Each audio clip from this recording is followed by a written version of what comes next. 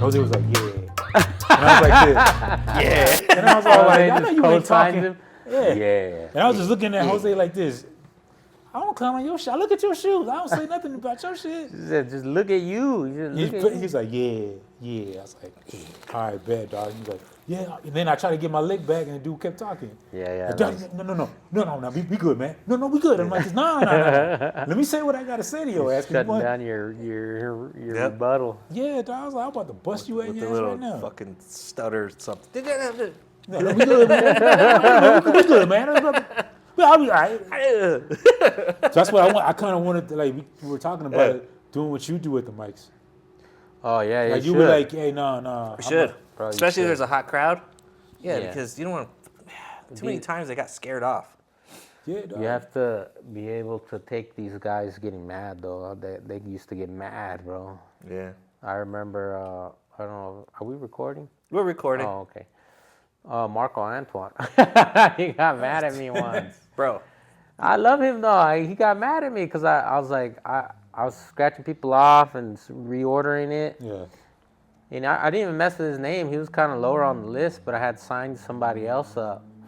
And he goes, hey, man, this person's not here. And I go, oh, yeah, I know, but they're on their way. And then he goes, okay. Scratches his name off and puts the pen down. And I was like, he did that to me at Bang Bang, too. It's crazy. Bro? Yeah, got so upset. And you know what it was? It was fucking, same thing. He was at the bottom, like towards the end. Yeah, I didn't mess with his Domingo wrote Nico's name in. You know he does that shit, right? Nico's not even there. So I forgot who it was. It may have been you that I think you took Nico's place or something because Nico's wasn't even there, right? Okay. So he sees it scratched out, sees your name, then fucking goes like, dude, he's not even here. You fucking can't do this and that. And got mad. And I was like, bro, it's the same thing. He wasn't even here. Nothing changed. Because he was like right under him or something like that. Yeah, and then it was like, I'm not going up. I don't want to go up at all. No. And then I tried to like be cool and shit and be like, look, man, if you want to do more than 5, like that's fine, you know? You can do as much time, like you're good. Nah, you know, it's because shit like this happens and I'm just not in the mood anymore. Right. Bro, and I'm in my head like, and you're a comic, bro? Like, you gotta play some Drake, dog. You can't hit autopilot? Like what are you doing? Like, they just hurt themselves when they do that, man. Like, well, you're not gonna get stage time tonight. That's just because you're upset. I'm gonna edit his name out so we don't. Yeah, okay. Good. I'll leave the content. He's gonna know who he is. But that's not just him. And people used to get mad at me all the time. Like, and it's always the guys who suck. They're like, hey, man, what the hell? I was here early, blah, blah, blah. I'm like, I know, but it's my list. I'm the host. It's my list. Sometimes you got to be like that. You know? Yeah, because in other cities, they do the same thing. Yeah. Oh, yeah, You pull up like, hey, my name, like, I don't know who you are, dog, and my boy Jermaine's coming up here, so I'm going to put him first. You got a problem with that? They fucked me up a lot in other cities, bro. When I used to do open mics in other cities, they used to fuck me up a lot. They bumped me. Sometimes wouldn't even call me. I'd be there till 1 a.m. I just want to say no. Just wait. You can't say it's their room. And they'll let you know. Some people, not all guys are rude, but some of them will be like, it's my room, dog. That happened in Minneapolis when I did that one. Yeah. Comedy Corner Underground. Yeah, they put me on like towards the end, and then more people started showing up, and I just kept getting bumped. And by the time I got in, like maybe a third of that room was left. Damn. Yeah. But I still got them. That's cool though, man.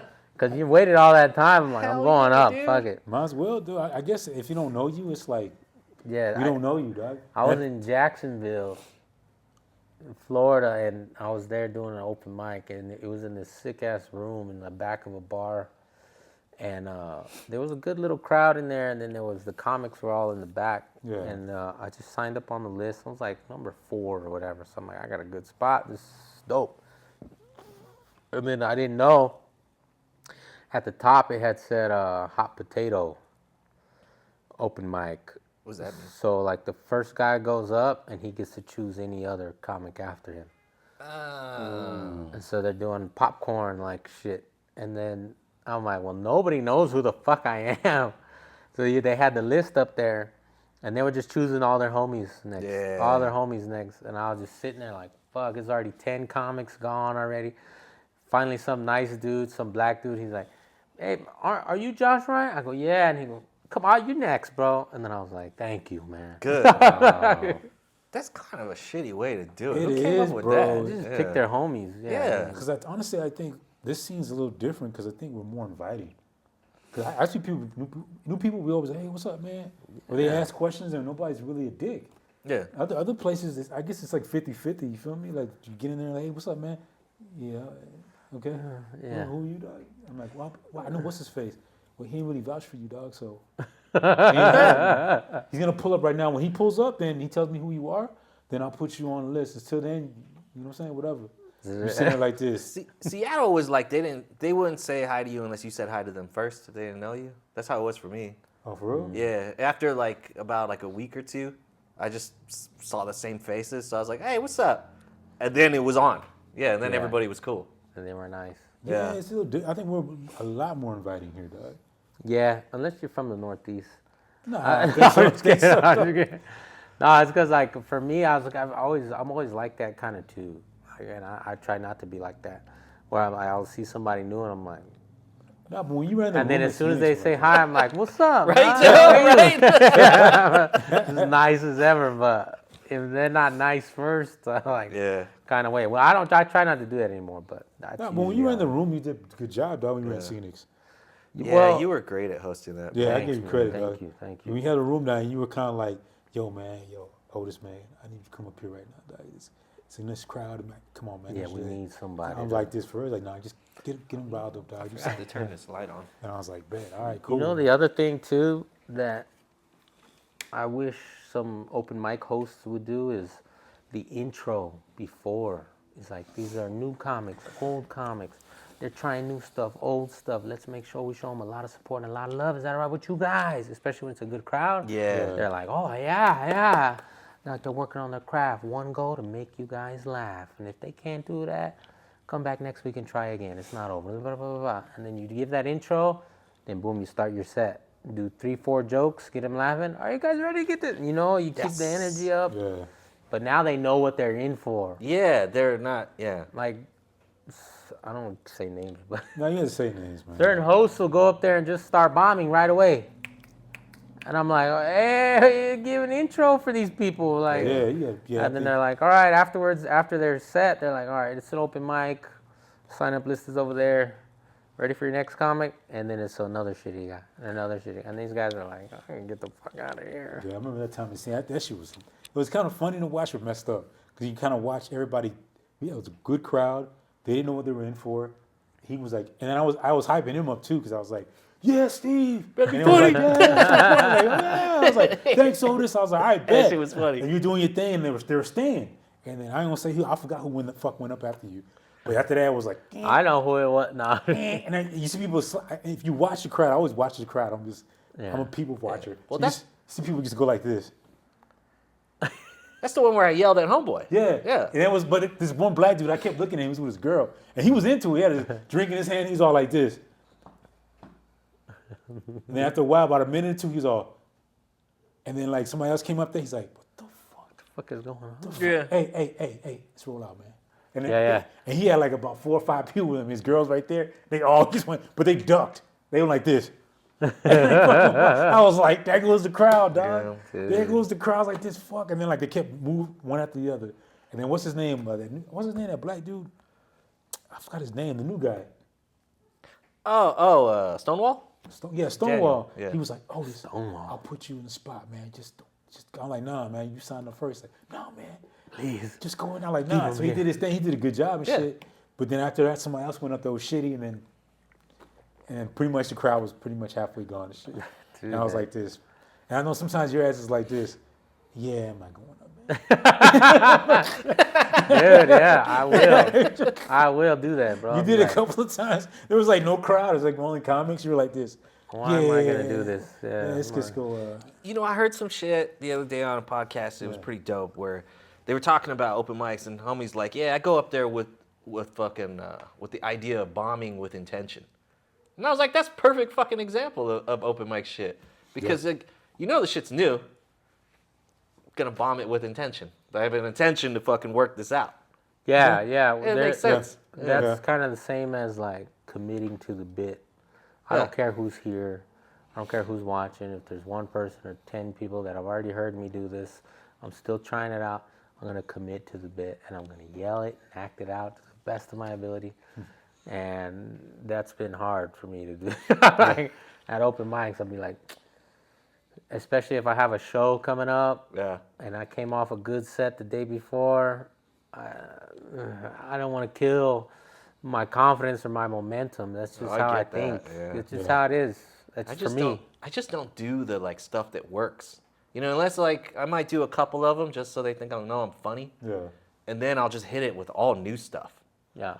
Yeah, because I don't want to lose the confidence on shit that I already know that works. You know what I mean? So it's like I know it works, so why the fuck am I doing it here? That kind of shit. Yeah, but you don't want to do that when it's just comics in there. I don't want to do it when it's just because you guys ain't gonna laugh at my shit. No, you heard it a million times. Yeah, then I'm not doing any of those. I'm not doing it. All the new shit. Ruins it. Yeah, you changes it up. You got to, but it's. I just. I don't want to talk negatively, but it's just I just wish I'm glad there's more open mics. Yeah. I just wish they had that Scenes kind of vibe. Dude, They don't. It's not like that. It's like they don't care. That's kind of what it seems like. They just don't give a fuck. Like whoever's hosting. Yeah, it's like they're there, but it's just like, all right, whatever, man. Like just let me get my money or whatever and get out of here. Yeah, it's not the same, man. Like I was looking for my Scenic shirt today. On my way here, I text my girl. I'm like, "Where is my Scenic shirt?" And she's like, "I don't know where." And I was like, "I was gonna wear it today because I just love repping that place.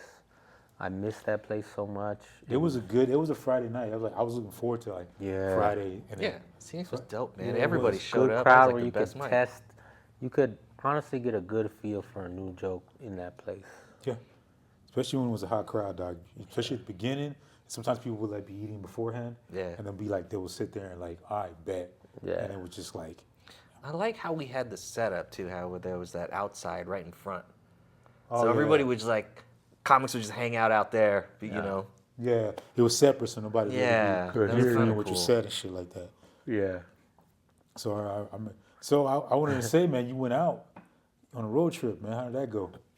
Which one? What did I do? With Javi? Yeah. Yeah, bro, that was sick, man. These guys are so much fun, dude. And Javi has real fans that show up for him. And he's not selfish at all with with the fandom, bro. Shout out. He's not selfish at all. We did, I was featuring for him at the Yellow Door in San Diego, and his fans came out. They were like trying to buy him a shot. And he goes, "Oh yeah, I'll take a shot, but you gotta buy one for my feature act right here too." And then the fans would just look at me and be like, "Who the fuck is that?" And then they're like, "All right, yeah, fine." So we're just getting free shots with him. Bro, I got fucked up before. I drank too much before that set, bro. Oh shit! I got off like 5 minutes early. I was forgetting jokes, but I still had fun. It was still a blast, but. Man, I got fucked up before that. We went to another bar like 10 minutes before the show started. Gotta do it. Chugging beers there and then talking to homeless people. Fucking homeless people? Yeah. It was cool, man. And then, bro, these guys, I mean, those guys have sharpened up so much on the road with Javi. Like, right, though. Benny and Paul and obviously Jonathan Guzman is hilarious.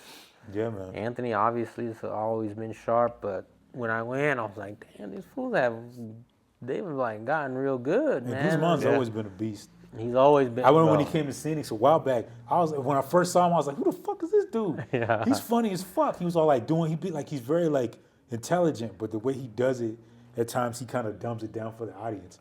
You feel me? Because he's a very smart motherfucker. Yeah, he'll do like smart dick jokes. Yeah, but where you're like, oh shit, I get that. And he'd be like, oh, I like how he kind of fucks with the audience. He's like, oh, let me dumb it down for this boy, guys. Let me go a little under, and they go, now you get it? Yeah, all right, yeah, we're good. Now I go back to talking to myself. He's quick, man. He's always reminded me of a character that could have been on Super Bad. Yeah, I can see that. He could have been in there. The dude at the party and shit? Yeah, saying something crazy. Yeah, he's saying like, So, dude, it was, we had the pleasure of also going with Javi, man, and like, dude, it's just like, you know what I'm saying? Like, you see people on and off stage, and like, you're kind of the same person, kind of in a way. Yeah. He's kind of like, dude, he's like, I'm like, dude, he's a real one, dog. Yeah. I'm not trying Yeah, to. for sure, Yeah. man. It's just, I'm just like, dude, like, it's not too many comics like that. No, and he's doing it right, man. He was always, from the beginning when he asked me to go on to the end, he was always like real, you good? Are you ready? Like, you need a ride from the airport? You got your room? Da-da-da. He was always like super over the top, like considerate of because you're on his show, you know? Yeah. And that was not surprising because I'd known him a while already, but it was like new. Yeah. A lot of guys aren't like that. So Nah, dog. And how was what was it? The yellow? the yellow door. How was that? Yeah, it was good, man. It was like a 60, maybe a little more than 60 in there. Hell yeah. And fuck, dude, that was actually tough, bro, because that crowd was so hot. Benny was hosting. He does a good set. Paul does a good set. Then Jonathan Guzman goes and murders. Nice. Then Anthony murders. They're all doing like 10 minutes or whatever. And then I'm like, all right, I got 20 to 25. Okay, I'm going to go and do it. Boom. So I start going now, too. Like, I'm trying to follow these guys. I'm like, my first like 10 was good. I could feel them starting to get tired already, the crowd. I'm like, fuck, man, I'm drunk. I'm like trying to go, blah, blah, blah. I could feel this like shift in the audience. And I'm like, it's like slipping away from me. You know that feeling where you're like, oh, no, I don't want to bring it down. So I just kept telling jokes. And then right when it felt right, I was like, all right, I'm done. I'm going to get off. They were ready for Javi. Boom, Javi went on and just murdered that for like, I don't know how many minutes he did. He did a while. Yeah, man. Then we did like a Q&A afterwards. Oh, yeah? Oh. Yeah. How was that? It was fun, man. Me and Anthony went up there with Javi and What kind of shit were they asking? random shit. How'd you guys meet? Or what's your order at Whataburger? Crazy stuff, weird stuff. And I was just trying to just talking shit the whole time. They're like, what's your order at Whataburger? And then Javi like said this long ass fucking order. Yeah, they memorized. Yeah, and they're like, how'd you guys meet? And I'm like, I was in line at Whataburger, and I'm like, who the fuck is taking forever? And that's how I met Javi. Shit like that. But, yeah, it was fun, That's man. funny. Dude, because when we did Hyenas was kind of the same thing. Yeah. Where it's like, because honestly, though, I think we tell the story. Me and Mash thought Fort Worth is like 30 minutes away or some shit. A couple hours. Yeah, we're sitting there like chilling at the restaurant eating Where? shit. Where were you guys? San Antonio. San Antonio. So you over here like we're chilling, drinking milkshakes and shit, just Man, chilling. we're having a good ass fucking Yeah, lunch. we're like and this. shit. They were like, all right, man, we gotta go. And then we look at the time, and then he's like, yeah, you guys gotta be here at this time. And then they're already at Fort Worth, dog. And we're like, whoa. And we set the map and shit. We're like, is this fucking thing right? It says like 4 hours or some shit like that. Or 4 hours? I forgot Yeah. what it was. Dude, what we left it at is like from 2 there. or some shit. But I was like, fuck, dog. And then the show started like at 7 or something. yeah, it was like Whoa. the time we were getting there like right before we were supposed to fucking be there, like to go on. So we couldn't stop at the hotel, nothing. We just Yeah, we went direct. Yeah, straight up, but we had a shit on and everything. Murphy's Law too. Someone fucking crashes and dies on the freeway. So the shit's blocked off. We had to fucking get Yeah. off, go around Fucking that whole dead mess guy. of tape and shit and get back on. Fuck that dead guy, dude. I showed up. I was hosting. I show up, say like fucking 3 or 4 words. They start calling me on stage. Oh, Like yeah. that fast. Where it's like, oh, fuck. Yeah, he was still putting on your belt. Yeah, I wanted to wear that belt buckle. yeah. Dude, I'm still buckling it, fucking walking to the fucking stage. How's like, everybody oh, doing shit. tonight? Yeah, Yeah, it was sucking my gut to fucking click this we- thing. Yeah, 'cause I was like, what? I was like, what the fuck? It was one of those things, dog. And I should have recorded that set. That was one of my better sets, dog. Because I went up there like, hey, what's up, Dallas? They were like, it's Fort Worth. And I was like, for real? Yeah. I was like, I don't beat my ass, dog. I'm sorry. They That was get about to- anal about that shit. Yeah, but it was funny. And it kind of broke the ice and shit. And I was doing I had a certain flow, dog. I was like, bad. You know how you kind of have this flow where Yeah, fuck everything's yeah. ticking like, Dude, they didn't even tell me who was coming up next or anything. When Oh, I was yeah, fucking you- hosting. So what'd you do? I just went up there. I was like, "You guys ready for the fucking was it the feature act or some shit like that?" Yeah. And then I was like, "Let me find out who he is first." that shit was fun. And then I see Otis's head pop out. Dude, it was fun, dog. It was like the whole room. crazy. Fucking everybody killed it. Anthony dope. Paul Yeah. was on there. I know I'm missing somebody. Greg. Oh, Greg's a man. Yeah. So them up there, it was just a good vibe from top to bottom and shit. And like, you could tell like, cause the room we did was like the side room, but just the way that the club red was room set or up, something? dude. Yeah. That club This is was out. Oh, Fort Hyenas, Worth. yeah. dude, that shit is nice, bro. I was all like, Yeah, their setup was fire. it was like the side room. Then like the kitchen is not in a way of nothing. You can't hear shit. It's like on the side, and so is the bar. The bar is like and you got to go outside to fucking get a drink. And you Pro come back comedy club. I right like there. that stage a lot too, because it wasn't too small, perfect size, but they're intimate. They're up close. Yeah. I don't mind the intimate shit. Like I don't I mind like the that. I 60 prefer crowd, that. Yeah. 50 crowd thing where they're like, Those are the best. dude, because it's like the laughter just bounces off the wall. I saw two Sounds construction loud. worker looking dudes. They were hanging out. I was like, "You guys a couple?" Oh yeah. And they were like, "Nah." I was like, "I'm just saying, man. I'd watch." That's always a good. How long y'all been together, two guys? Those are some of the best ones though, where you're like not even ready, Yeah. and you're getting your name called, and oh, Yeah. We did that. The same kind of thing happened at the casino. We did the Spotlight Casino in Indio. I think it was Indio, California, and we got there late. Yeah. And there was just some dude fucking that worked there. I think he was like a sound guy or somebody there, event guy, was on stage just bombing, trying to tell jokes when we got there. Yeah. And then he goes, all right, as soon as we walked in, he goes, Javi's here, guys. All right, give it up. That's the fucking intro. Javi. And then I go, what the fuck just happened? And I was supposed to be hosting that. So we walk into this. Yeah. And then me and Javi go up to the guy and are you going to introduce the host? I'm Josh. Just say, give it up for your host and MC, Josh Ryan. And he goes up there and he does that. And then that was within 2 minutes of being there. And they're like, you ready to go? I'm like, I'm ready. Let's go. Let's do it. Yeah. And then boom, we just get up there. How's everybody doing tonight? And they go from seeing like a weird, awkward event worker guy to a comedian that knows what he's doing. They're like, oh, thank God, this is a professional show. You could hear the air come out of the room. They were And scared. then it was just a fucking great show after that. Yeah, that crowd was great. Dude, I had a certain situation like that too when I was traveling. I forgot. I think it was a casino in Santa Fe, New Mexico. One of them still. And the dude was like a karaoke guy. He had the equipment from the karaoke shit. Oh shit. And I'm like this, the show, and then like it was weird because the casino had like a bar and then a bunch of pool tables. Oh, God. So we're sitting there doing jokes in front of people doing. I'm like this. Like what the fuck? And I had to be all loud. Oh, and wait. shit. What's up? I think your mic fucking turned off. For real? Yes. Fuck. Let me switch it with these other ones. That's all good, man. What's happening?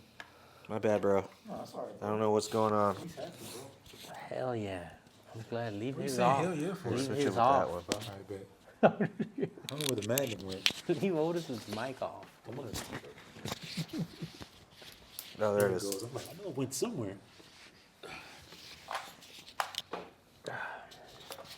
Yeah, that dude never like. It was their first really comedy show in there, and Yeah. Homeboy was looking at us for answers, and we're just Yeah. like, he's like, so what? I'm like, dog, just give me the microphone here, and then just put that. And then we had Chris Johnson hosting.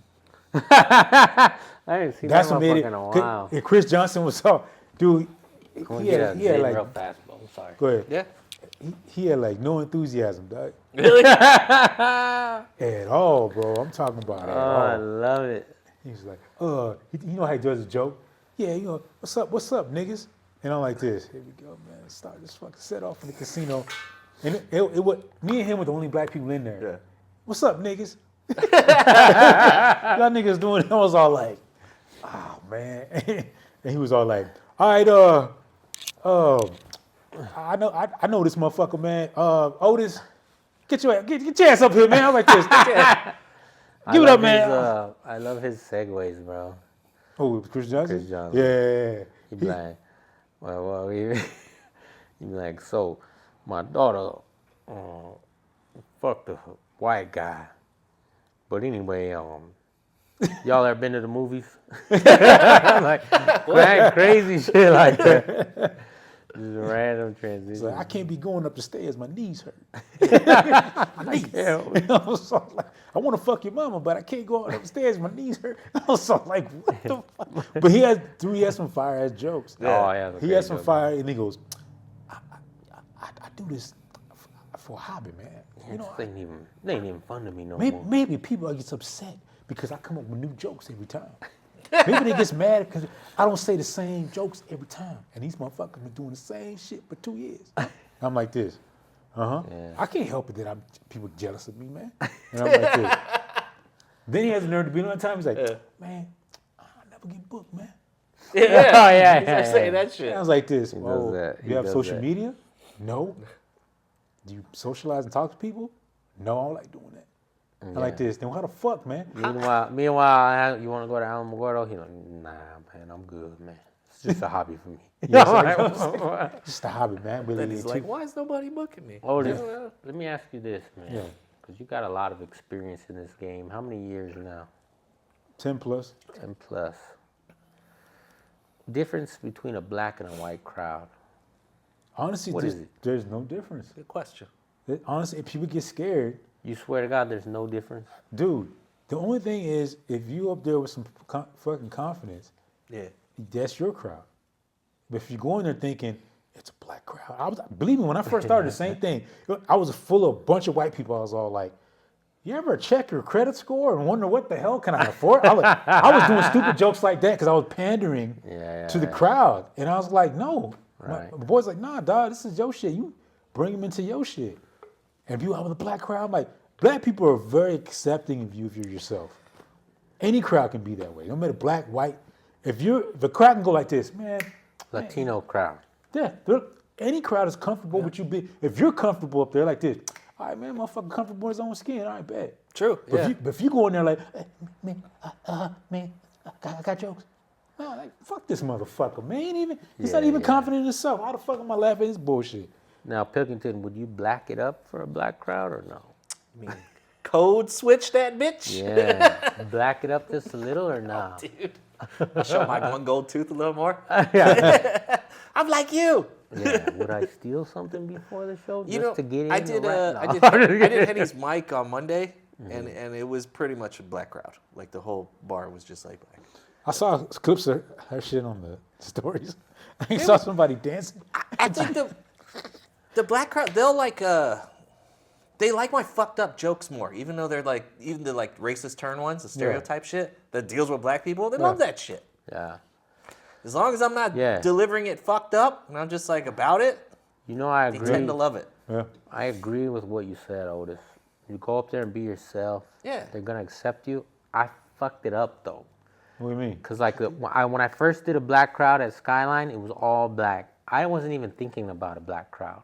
That's perfect. I went up there and I did my jokes. I was myself because I didn't care. I wasn't thinking about it. Right. Then later on, somebody tells me, "Oh, you did a black room, dog. That's crazy. You just killed a black room." And I'm like, "Well, I wasn't even thinking about that, but now I'm thinking about it. Yeah. Oh, maybe I did kill a black room, and I didn't know that this was a thing." And so now, when I do a black room, I'm like nervous now. Now you're I'm like, thinking about it? Now I'm thinking about it. When I know what works, when I know it just be yourself and tell your jokes, I'm gonna do that anyway. But it's like now I'm getting nervous because I went online and I'm listening to podcasts and people talking about, oh, black crowds don't appreciate a bullshit joke. They don't appreciate this kind of joke. And I'm like, what is this like real?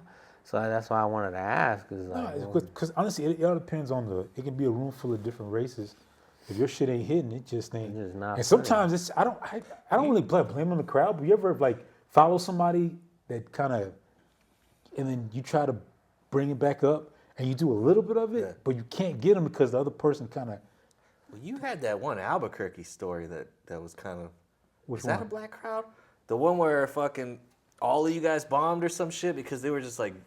No, someone but got booed or but something. That was it different Johnson that got because booed or we all got booed. But the thing is, about that one was That's an Albuquerque. was that a black crowd though? it was mostly black, but that ain't the thing. It was Buck. That's an Albuquerque crowd, Buck bro. fucked you. Buck was cool as fuck, but Buck was all like this.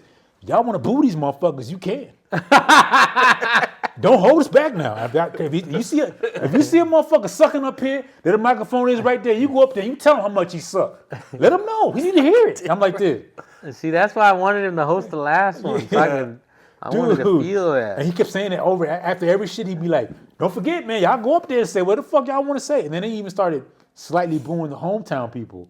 But then when they saw us from El Paso, they're like, "Fuck these guys." But then Chris Johnson went up there looking like 2003 Cameron with the fucking do-rag hanging like that and shit, and his belly out and his open shirt and shit. And I'm all like, he's all like, "Yeah, Dallas Cowboys, blah, blah, blah, blah." I'm like this. And they started booing him. You heard him go, boo, boo. And I was like this. And I felt bad for Just Greg, because Just Greg went right after that. And he got booed. He's like, boo. And I remember like me and Chris Johnson always talk about it. He's like, because he was not telling anything dirty. He was talking about his family. He started talking about his kids. And when he started talking about his kids, boo, boo, like this. And he's like, y'all gonna boo my kids? So it was a black crap. Nah. For real, it was shut the fuck up. It was fucked up, dog. I mean, I got booed, but I didn't give a fuck. You got booed too? Oh yeah, but then Just Greg got the worst of it, because when he got off stage, Buck started clowning on him like for 15 minutes. He was like, "See this motherfucker dressed like a Kool-Aid man with his fanny pack on and shit," and everybody was just like, "Yeah." I'm like this. And he kept looking at me, and him and his wife kept looking at him like, "Hey man, let it go. He's all right. He's letting him have it, but that's enough." Even his wife was like, "Yeah, that's enough, dude." I was like this. Worse? Is getting booed worse than just straight up silent bombing? Nah. Well, I think silent bombing is worse than getting booed. Silent bombing is worse. I already get a reaction. At least I got a reaction. That's true. Right. Yeah. Silent. At least I got something out of it. Yeah, it's still entertaining for someone watching it. But even then, like, I didn't even get finished It's with my fun set. for them. Yeah. At least. It was a win-win, though, dog. You get booed. You don't even get to finish your set, but you still got to get paid. So I got paid. I still got paid for doing less than the time I'm supposed to do, because they booed me off the stage. Good. But I'm not blaming Buck. But before he went on stage, Buck was doing this. He did a whole intro of R&B music. He's like, "Remember this song, man? Didn't y'all get horny to this?" And everybody was like, "Yeah, R. Kelly, all genuine." I was like, "Yeah, remember this song? Didn't you want to grab your girl's titties to this shit? Huh? Huh? All right, man. All right. This motherfucker, funny motherfucker, gonna come up here. I know y'all hot and horny and ever, but give it up for 0-6." And I'm like this. He did like a 20-minute set before that. Then he go, "Remember what I said? You can boo me if you want." And they booed. I didn't get a chance. Man. I didn't get a chance. And then one dude came after the show. He was like, "Hey, man, I'm sorry you got booed, bro." He was like, "But you know what? I wanted you to finish the story about the sex shop." Yeah. He's like, "But you never got to finish because everybody started booing your ass." I was like, "Yeah." But see, I want to do that. I want that experience. Get booed? Yeah, booed, or I want that rough room that's like, just because you just want to test yourself. You know what I mean? I want Buck to do that, and I like it. You know, the Gong Show was hard that I did once with them. Yeah. Oh, Buck, I did the hosting. Gong Show, because that shit ain't no joke either. Buck's like, Yeah, but that was tough. like Buck hosts, the Buck would be like, "All right, man, this motherfucker suck. You let him know. You let him know, man." And then you suck, he'll clown on you for like 5-10 minutes. Yeah. After you get off stage, you like this. This motherfucker come with that Peter Pan ass shit. Damn. I like it. I don't know why. I like that. I like that. Yeah, he honestly, like, Buck is a headliner. Raymond Orta's like that, bro. What do you But mean? he's like that in a different way. Yeah. Like if you suck, he knows it, and he knows that the crowd knows it, and they feel it. So he knows when he calls it out, it's gonna hit good. Oh yeah, dog. He'll do that to you all day. If you bomb, and he goes up after you, not even after you, 3 comics later, he'd be like, "Remember, John? Remember that motherfucker was doing poetry up here, whatever." Yeah. That's what he said at the last show. I don't remember who was on there, but he's like, "Remember, this motherfucker was up here doing poetry night up here," and everybody's dying, like, because they all remember how much you suck. Yeah. He'll do that to anybody. Fuck. Raymond Orta, he is like that too, man. He'll roast you for Oh 3 yeah, minutes. I was talking to him. Or if you're wearing something crazy, Yeah. he's gonna roast you for 3 minutes. The last time I was here, because he was here for that benefit show. Yeah. For the cops and shit, and then the dude, there's a cop that does jokes. I forgot his name. Not Joe. Joe, yeah. He ate a dick one night. One of the nights. One of the nights, and then Raymond let him have it, dog. That was the night. Yeah, was it? Like, Raymond come let him over have. here. He went up there and you That just was let the him night. have it, dog. He was so like, damn, dude. But he let everybody have it too. Everybody before him, Punchy. Yeah. I mean, the Punchy and them had great sets. He still roasted them all. But you know, Punchy, you know, did his thing. But he mostly comments on the way Punchy dresses and shit. Yeah. Yeah. But then he was like, it was a rough. Cause it was no laughs really. It was rough, dog. Yeah. And he just went up there like, y'all gonna act like y'all didn't see shit. Even because the host, everybody gets forgot. And he gets ate a dick. Nobody mentioned it. All right, next comic. Like, no. Go back to this one. I know you remember this. And he ate him up for like 10 to 15 minutes, dog. Dude. But hey, man, do that, bro. all is fair in love and war, dog. If you ate a dick that bad, I have to take it. Good or bad, I've ate a dick before. I just get off. Just kind of like this. Yeah, my life sucks, man. Dude, yeah, bro. There was a night at the comedy club. It was a Sunday night. I was with Jeff Burkhart. And I'm sorry I forget this guy's name. He's from Albuquerque, but he's really funny. Yeah. He got a beard. I think you guys know him. I probably do. He has a beard and a hat. I'm sorry I'm forgetting his name, Beard and a hat. That ain't Curtis, is it? I can't remember, man. White dude? White dude. Oh, man. But he's funny, man. He's chubby? A little bit chubby. Yeah, it's Curtis. Curtis. Yeah. Probably Curtis. Curtis Fletcher or something like that, right? No. Not I him? wouldn't remember that name. No. I'm trying to think who it is. Fuck, I don't remember. But anyway, they were both, Jeff Burkhart and this fool were fucking hilarious. All weekend we had great sets. And then Sunday night comes around, I'm high, bro. I'm coming off of 2 shows Saturday, and I'm inviting people. My friends are coming. My girl brought 4 of her friends. Like, yeah, we're gonna go see my boyfriend at the comedy club. I'm already excited, and I knew in the back of my mind I feel good, and it's gonna humble me. I know I'm gonna get one that's gonna humble me, and then I went up there. Started the show off Sunday night, and it was like halfway crowd. It wasn't even a small crowd, and they were just. By the third joke, they were just.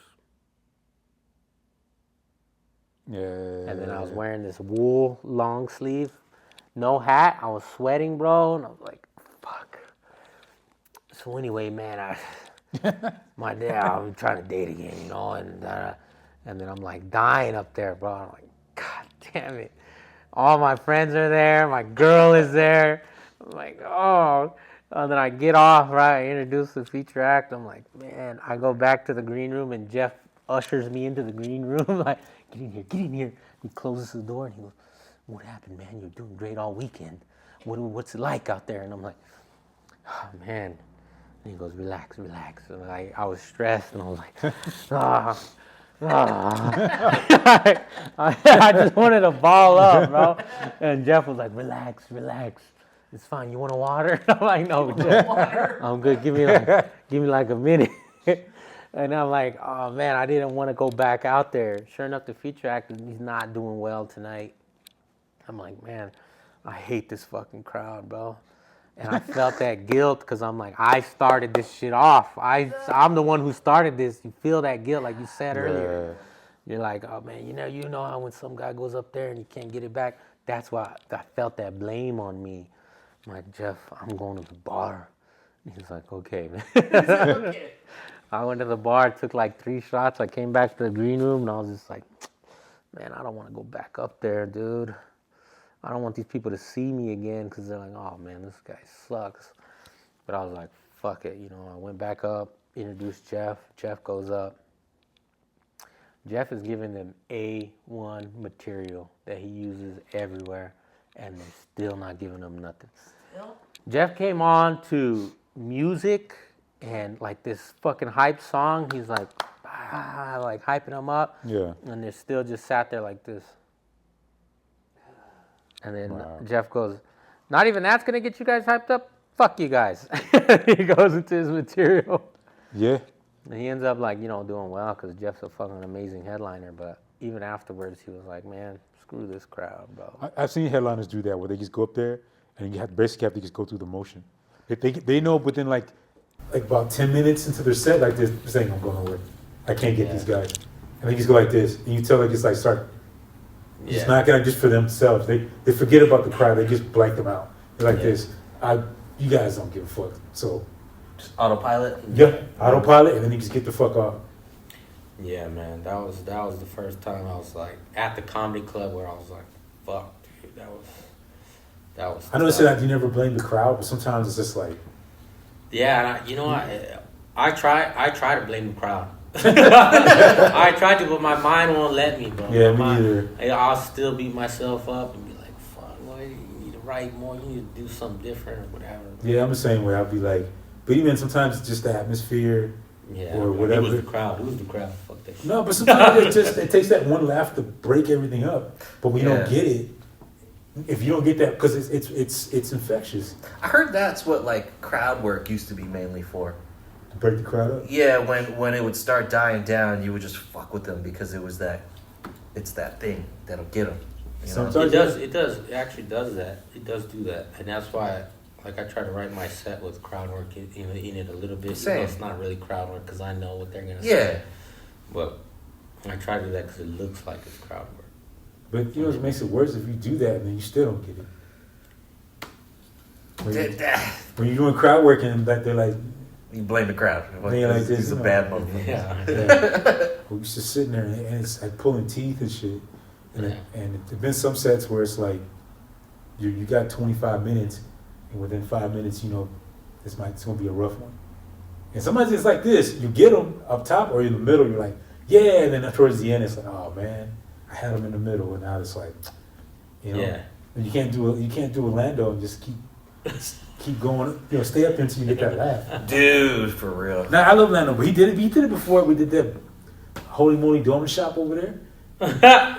he stayed after. Look, I'm looking at Michael Garrett. He's like, he's gonna stay. He knows I'm after him, but he's gonna stay for 30 minutes up there. He did.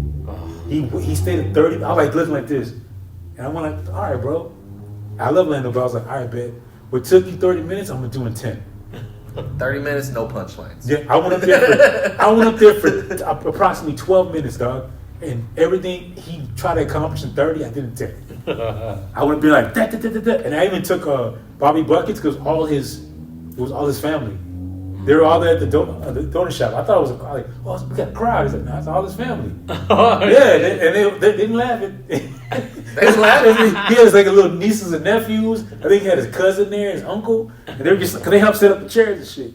And he was sitting like this, and his uncle's was like this. I think he just like a black joke and shit. And then me and Michael Garrett was like this. Low hanging fruit, huh? He's like this. He said something like, yeah, this is what he said. He said something about, what do you call Arnold Schwarzenegger wearing something? Or so, he said something stupid. I can't remember what it was. He said, also Schwarzenegger. And I was like this. And me and Michael Garrett was like, it's like, yo, man, I gotta start saying no to shit. I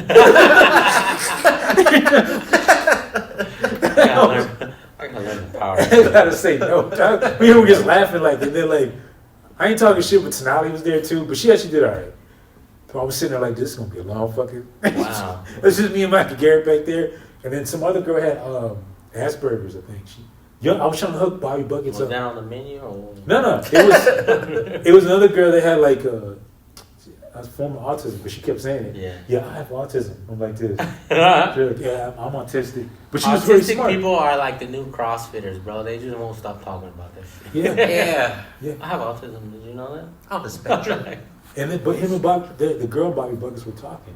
So I'm like, oh shit, they're about the same age. Yeah. But then Bobby Buckets just fucking goes off and just takes off outside, and she's all like, and I'm like, Bobby, like, my man. It's like an episode of Love on the Spectrum. That's how it was. He would not look her in the face, and he would just take off. And then she ended up talking to me, and I'm like, yo, I don't want to talk to you. Like, I'm good. I don't want to talk to you. I'm like, she was nice. Talk to her, bro. Dude, she was like 19 years old. It looked weird me talking to her, dog. And then? Because her cousin. Fucking fatherly advice. No, it was just. No, but she was like. You gotta go to school, you know that. Listen, that's what I was telling young her. lady. But it looked weird, dog. An older guy talking to a younger girl like that. Yeah. It looked weird. And then her cousin worked a bakery. So she was all ringing up customers looking at me like, what the fuck you talking to my cousin for? Uh-huh. And I'm sitting there like this, hey, go over there. She's like, okay. And she come back and sit next to me. And I'm like, hey, go over there, man. Like, listen, Go over there. Go over there. Awkward, bro. It was awkward. Bobby wouldn't talk to her, dog. I was mad at Bobby. Like, go, Bobby, trying to look you up. He's like, yeah, I know, I saw it. And I was like this. No, what the? Yeah. No, he wouldn't do it, bro. She looked bad for a girl with autism. If I had autism, I would have hooked up with her. What is Well, You know what I'm trying to Don't they say. look normal, bro? I mean, yeah, but you can tell You're she. thinking about Down syndrome. Well, maybe that's the case. But if I was Bobby Buggins' age and she was like 19, he's 22, I think, I would have been like, yo, dude, there you go, bro. We But both got autism. We're both around the same age. nothing, bro. That's why it wouldn't work. Yeah, probably. That's why it's so hard to get those puzzle pieces to match. It's like two magnets where you try to put them together and they're like. Well, you gotta make that noise. Yeah, dog. Well, you gotta make that noise. I was gonna ask you, dog, because you've been featuring lately, dog. Yeah. How's that like? Have you been, what's that spot over there downtown? Sunset Parlor. Oh my God. Were you guys at that show? I was working, man. Alvin It was Kawhi. Yeah, I was there. Dude, wasn't that show fucking fire, bro? Yes, that shit was fucking dope. Oh, thank God I redeemed myself with my girl and her friends at that one, bro. Yeah. Shit. My girl was like, hey, after that show I told you guys about, she's Yeah. like, hey, sat my ass down, bro. She goes, listen, I got my best friend from out of town. She's coming to the show on Saturday. And I'm sitting there like a kid. And she's like, she's bringing her husband. I go, I need you to do well on this one. And I go, oh, damn. Why you gotta put the pressure on me like that? Yeah, sure enough, thank God the crowd was hot, bro. They were laughing at everything. Nice. I even did an old joke that was new because we added some tags to it. I say we because Jibs helped me with this joke, and now it's like feels like a new joke now. So I added that one in there, and it was just a hot crowd, bro. Everybody was laughing, drinking. It was great, man. It was such a good show. My girl came in the green room afterwards. She was like, "Thank God." Thank God. She was like, "Yeah, my friend said that you were funny," and I'm like, "I am. I am." Like, that's right. Yeah. Then it was a good show, man. That show was sold out. Alvin Kawhi was great, dude. Hilarious. Yeah. Super good guy. Nice guy. He was eating all the Mexican food. He was like, "This is some of the best food I've ever had." Killing tamales and shit. Yeah, man. Stretch fucking worked his ass off on that one and had a fucking badass crowd, man. It was good. Nice, man. Cause that place is a nice vibe, dog. Just the way it's set up and everything. That's probably the best room in town, bro. I'll be honest. Right now, it's the best room in town. It's beautiful in there. I mean, it's really high ceilings, but it doesn't matter because the second floor is right there. You got people up top that are laughing, and like it's just a great room, beautiful room. It's set up nice. They set up the bar outside. People can go get drinks, man. It's a good vibe. No, you tell, dog. It was nice vibe.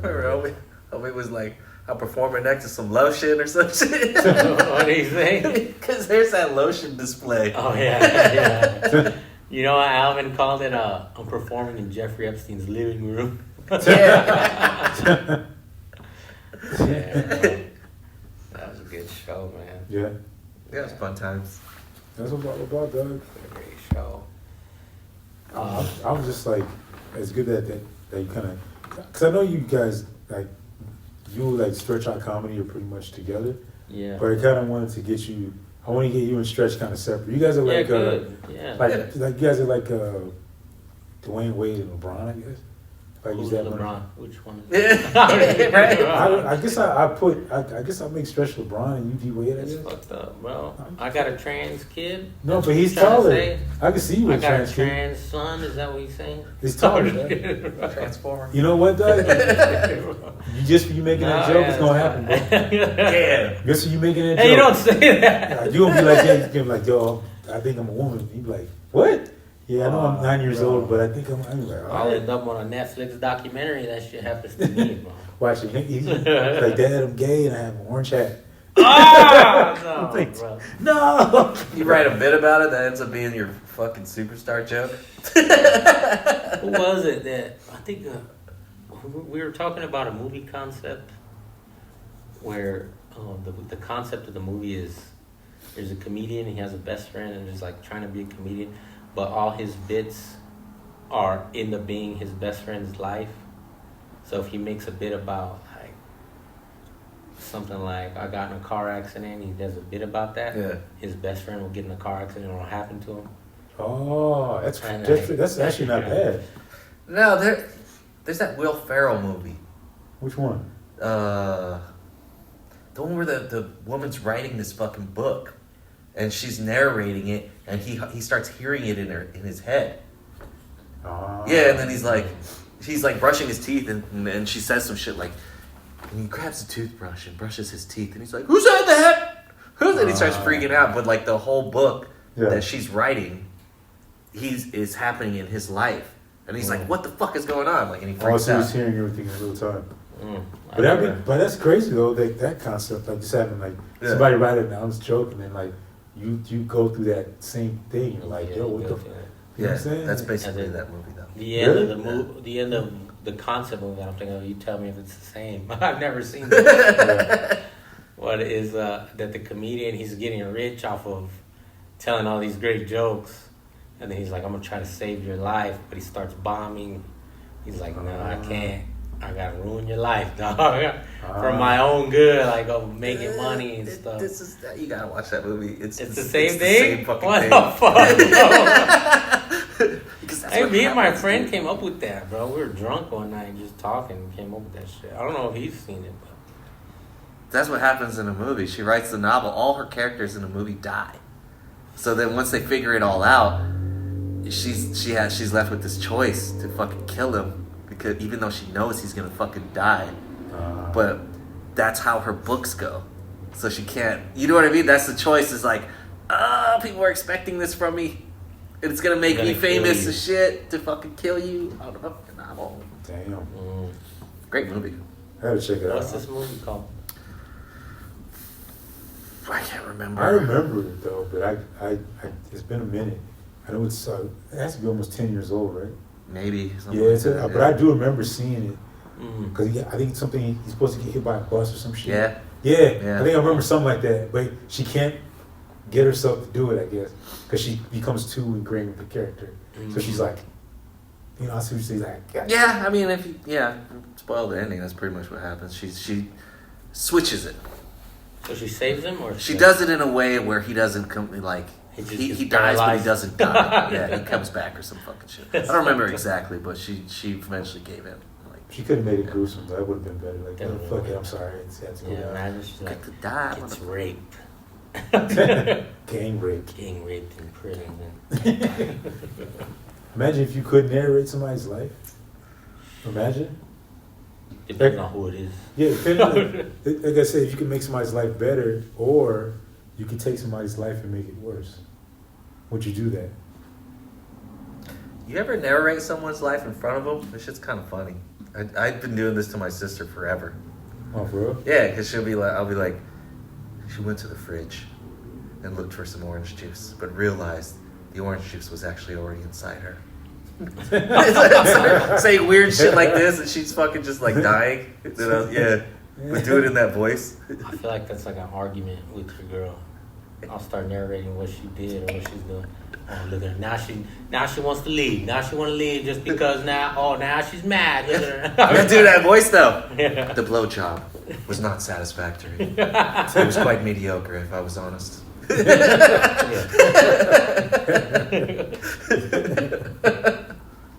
I'll pay all the bills in this house, and she's still unhappy. Man, Can I piss, man? Can I piss? No, Of go ahead. course. Everybody pisses. The mic already died, but that's why I put this on. This is recording us. Oh, mine's dead too? Mine died too. Yours died too. I don't Yeah. know. I thought these things were fucking charged. It's all good. My bad, but I clicked to save, so that's on. All right, So good. it is. It's all good. Nah, it's alright, man. Things happen, bro. But Yeah, I didn't. You recovered good. That's all that matters. You're spontaneous on the cover, just like that. You know? Damn, man, this is crazy. What? No, it's just everything, dog. Like, I've been taking your advice and shit on shit. It's kind of been where I just don't trip. I just kind of go. Right? The no big deal? Yeah, dog. It works, I'm, right? I'm like yeah. this. Works on different levels. Where you're like, I just kind of go like this. Why? I said, am I going to stress over this? I'm like, nah, I can't control it. I was like this. It's like, I can't control it. And then eventually it kind of goes, and certain things get placed where it works out. And I'm like, oh, okay. yeah, you see? Yeah. That's that no big deal shit, dude. Yeah, dog, I've been taking advice on that shit. I've been like this. Yeah. I'm like maybe 2 months deep on this. It's fucking great. Dude, I even with my, like. Makes you happier, too. It does, dog. But I've always been this way when it comes to, like, female-wise. I just don't. It's been a detriment to me. It's not always been good. Because some females are like, I can't put up with your ass. Because I just go like this. And I don't like to argue. So some females, if you don't argue with them, it pisses them off even more. So that's what, like, a lot of girls get mad at me. Because they go like this. So you're not going to, I'm like this. Nah. Like, why? Because I don't really want to? She's like this. I think we'll get over this in a day. It's not really that serious. And she's like, to me it is. I'm like, to you. But the rest of the world, not. It's not. I've had this conversation, too. Yeah. Like maybe a few weeks ago. Where I'm like, all this stuff, you know, about me and my faults and how she don't like all this stuff. And I'm like, yeah, my bad, but it's not really a big deal, right? I mean, and I had to get her to agree with that because I'm like, look, in the grand scheme of things, like, this is not really a big deal. Like, this is, Yeah. I'll try and fix everything you're asking for, but, like, this is not a big deal. Like, this is fine. No, I'm just saying, I'm like this. And sometimes I'm like this. At the end of the day, you got to take it or leave it. Because I'm like, I guess I'm a Capricorn, dog, so I'm kind of like, I kind of stuck in my ways, dog. I mean, it's just a thing. You looking good. You want another beer? Hell yeah. I'm gonna hit stop. That way it's using the mic on the camera because fucking.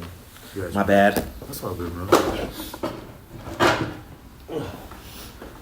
I just don't like getting argumentative. Thank you, brother. And we're talking about relationships. Oh, yeah. But when that's why I lose most girls. It doesn't solve anything. It don't. They end up dipping out on me, dog. They just kind of go like, because I just don't like to argue. So like, and if you don't engage in it, they just get more upset at you. They just kind of like, I'm like this. You still doing it? I think that's called being dismissive, Otis. I guess I'm dismissive, dog. Because I just kind of go like this. We still doing this? Dismissive avoidant. No, it's just because I think a lot of Did you shit. say that though? Huh? You still doing this? Yeah. Because the next day I was like, we still on this? She's like, I don't like the way you did this. I'm like, yeah, but That was yesterday. that was yesterday, so it's a brand new day, and That was yesterday, Otis. it's not really that This serious. is today, Otis. That's why I'm like this. Because a lot of shit I have to let go when it's the opposite way around. I have to let it go, dog. Oh, Yeah. yeah. I have to. Bro. Yeah, it's like, but I'm like this, and I don't say anything. It's like this. Or I'm in situations where, and then the only thing bad about certain things, dog, it's like with some females, and I'm not talking particularly anybody particularly, just relationships I've been into. It's like sometimes it's like, how can I say it without being a total dick? She's a real bitch.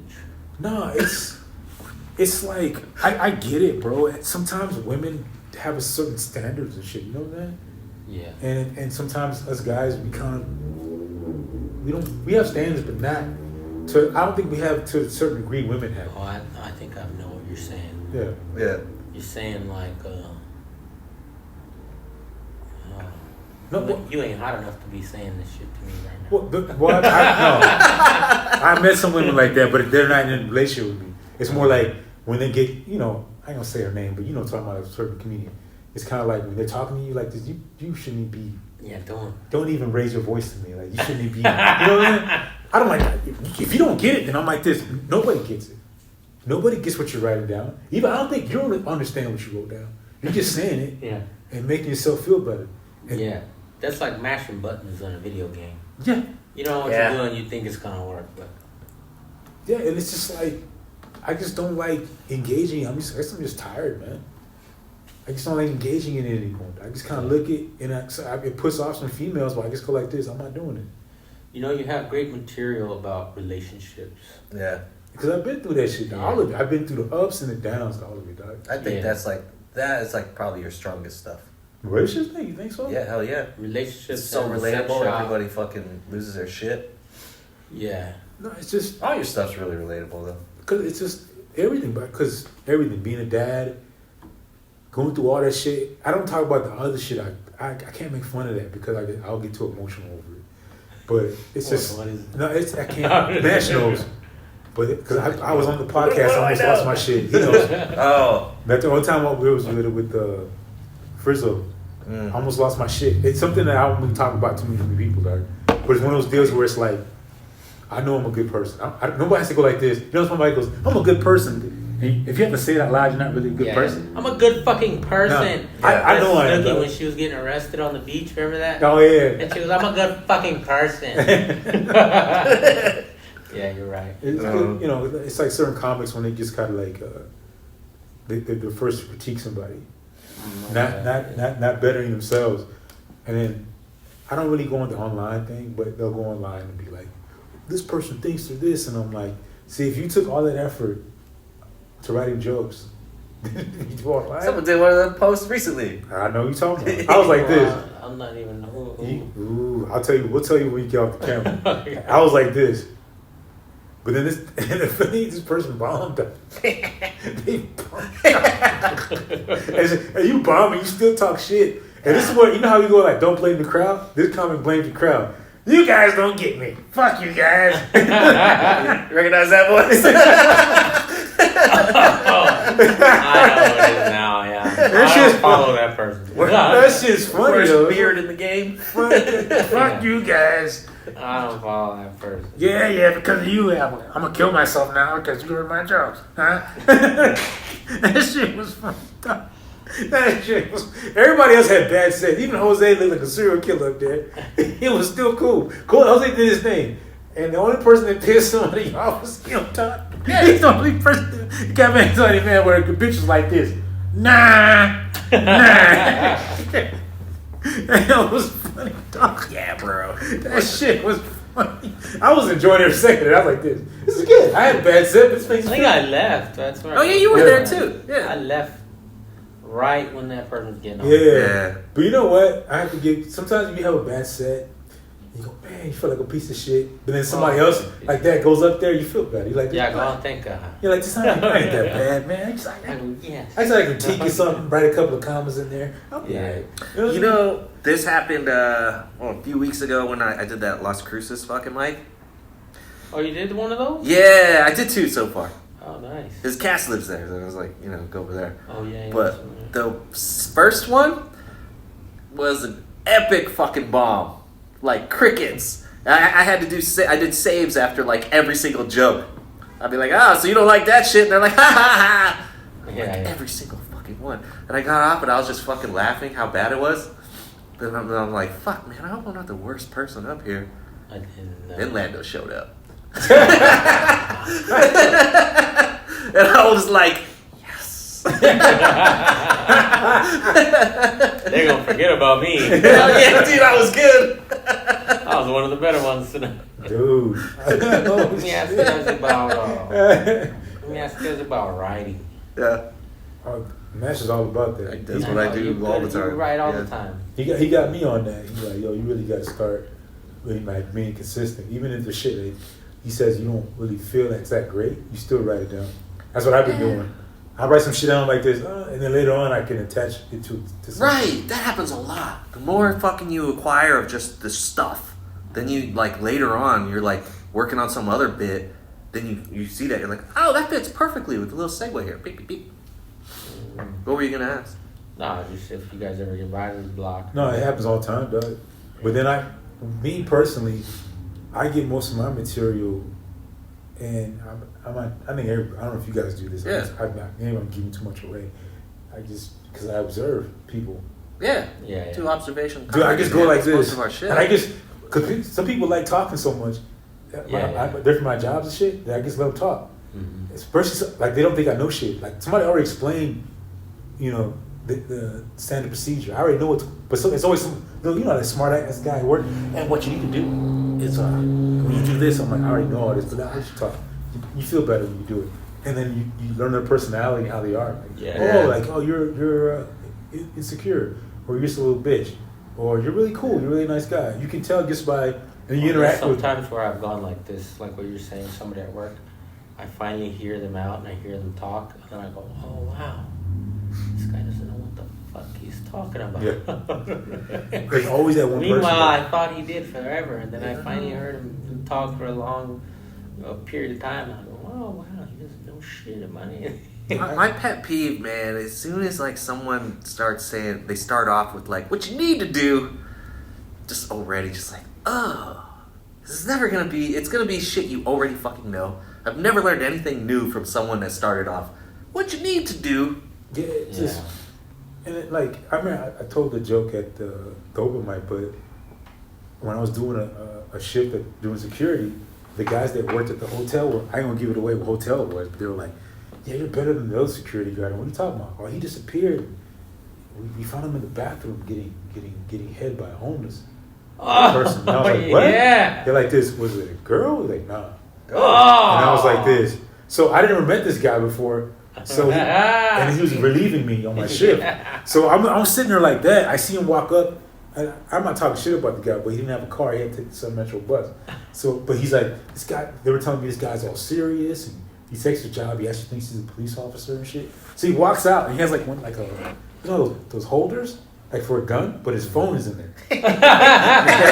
And he has it on his hip and shit. Freeze, motherfucker! And he has like a. He's all quick to grab it. 911. Yeah, dude. He has like he has a, you know, like the Macho Man do-rag on and shit. Like that shit. No way. And he has the gloves that are cut off at the fingers. Yeah. He's walking like this and shit. And I'm all like, and the first thing, since they already told me that, the first thing in my mind when I see him, I go, you getting hit by a homeless dude. And he's like this, hey, are you Hicks? And I'm like this, yeah.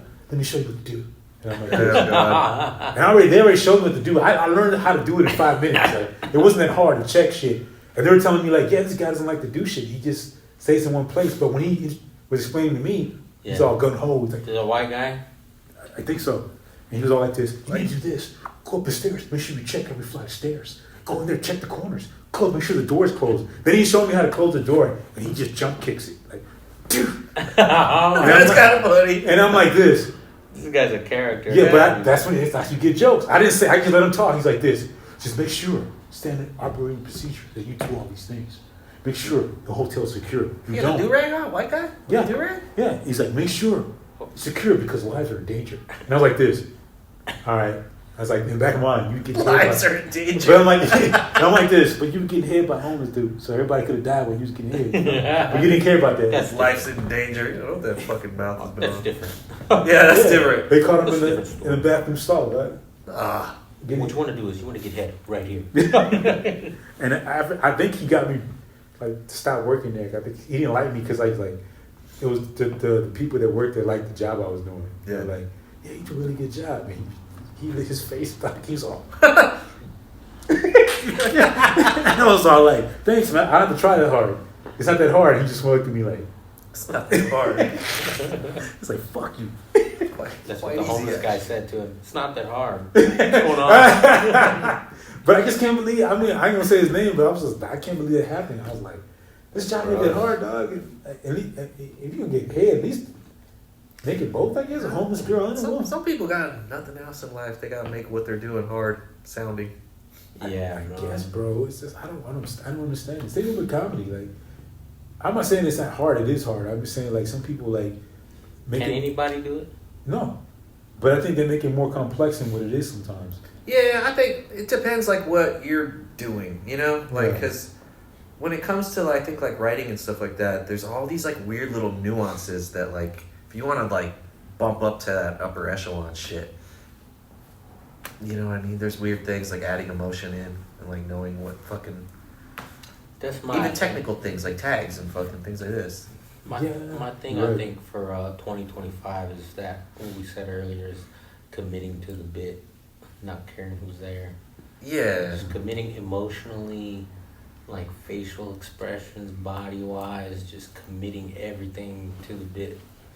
And I just think it makes it that much better. I've been. But it's ugly when it's not there, and you're committing so hard, and you're like on the stool, you're doing something, and you're like, and then it's just quiet, and you're like. That's the first thing Puncher said to me at Scenics once. When he Yeah. saw me do some jokes. I think it was like Jeffrey Dahmer one or some shit. It was just fucking Bailey. He's like, man, you really committed to that. Like, kudos for committing to that, even though that shit was not fucking working out. He's like, you just stuck with it. Ran it all the way fucking down. Run it all the way. And I was like, we're figuring this out.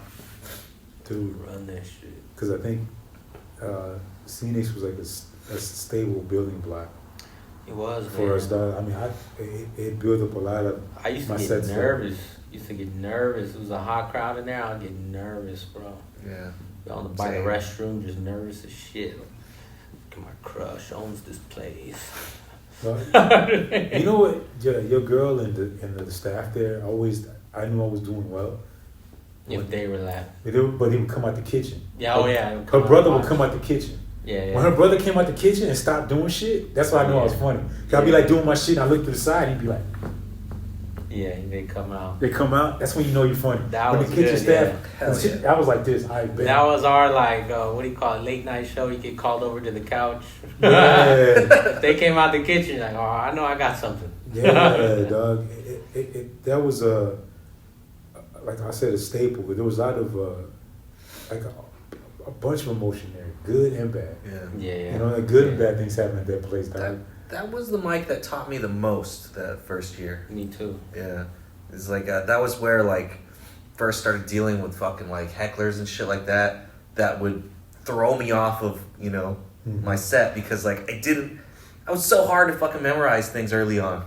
Where it's like, okay, I need to fucking just get this out. And then someone would just say something stupid and I'm like, fuck, I'm blank now. I don't know what the fuck's going on. Yeah. I went through everything. Like, the blank outs, I had them there where you just forget. And it's like, shit. And then I get off after 2 minutes. And then I used to get I would rush through the set. Yeah. Rush. Boom, boom, boom, boom, boom. And then somebody would tell me, or Iggy told me one time, he go, hey, wait, you just rushed through that whole fucking thing. I'm like, oh yeah, you're right. Or what else would happen? There's another one. Just going through the motions. Somebody would tell me that shit too. Everything, every emotion I experienced on that stage. Yeah, getting cursed out. Yeah. The hecklers too, throw These you on. motherfuckers be like, fuck you. You like, alright. I think the Bang Bang mic was when I felt more comfortable. That was when I was more comfortable just hosting that shit all the time. Dude, I love hosting now. Yeah, hosting's fun. Hosting a good show is so much fun. Yeah. Like, I hosted the Alvin Kawhi show. Stretch was like, you want to host? Do you want to do like more time? I'm like, no, I'll host this. You're good at it. It's just fun. Yeah. That's the first thing you learn to do. That's the first thing I learned. Sam told me, just be a good host. Yeah. First thing. Yeah. Now I love it. Now I'm featuring now. I'm trying to fall in love with featuring now. Yeah. But that 30 minutes is hard, man. It's hard to get to, of like hot 30 of like every punchline's getting a big laugh. Yeah. That's hard. I feel like I'm up to like maybe 20, 25. Yeah. But that's good though, man. trying to work to that 30 and falling in love with that 30-minute feature spot. Yeah. I'm not there yet. I already love the hosting spot. I could do that all day, but Yeah. the feature spot now is the new. I mean, you went through that, right? Yeah, man. Because you get to, at least with the host, you always get to go back up there. Yeah. That's the whole thing. Like, all right, man. Like, if you're lucky enough, the headliner is cool with you, like doing 1 or 2 lines. Couple jokes. Before you bring them up And there. the host has that set of rules that's nice, you know, where you're basically your job is to get that energy up and do that whole bit. Oh, yeah. That part is nice because it's like, When it's you do set. it right, You're like, yeah. I'm doing this. Oh, yeah. We doing it right, dog. It feels. Hell yeah. And then feels if the person you introduce doesn't do well, you go back up as the host. The audience is like, oh, thank God, He's back. We love this guy. Yeah. Helps out a lot. The comic strip helped me out like that too. Yeah. Because you like that, having that energy and shit. There's sometimes where I enjoyed it because like one time I was at the comic strip, I forgot who was featuring. I got off stage. He's like, "Oh, you made me work, huh?" Oh And yeah. I was like, "What?" He's like, "You made me work." He's like, I like you, Otis. And I was like this, I bet. And if it did his thing, I was like, all right, man. See what you're doing. I was like, bet. So there's been times where I'm not trying to blow my own horn, but there's times where I've been at the comic strip and I'll be sitting there like standing by everybody. They were like, hey, best comic of the night, man. I'm like this. You always get that one. Yeah, you that get one. that one at the comedy club. Yeah. So it makes you feel good when they like, Hell hey, yeah, that's hell gotta feel yeah. great. Feels like, good. I think you should have had you on longer, man. I'm like this. Tell Bart that.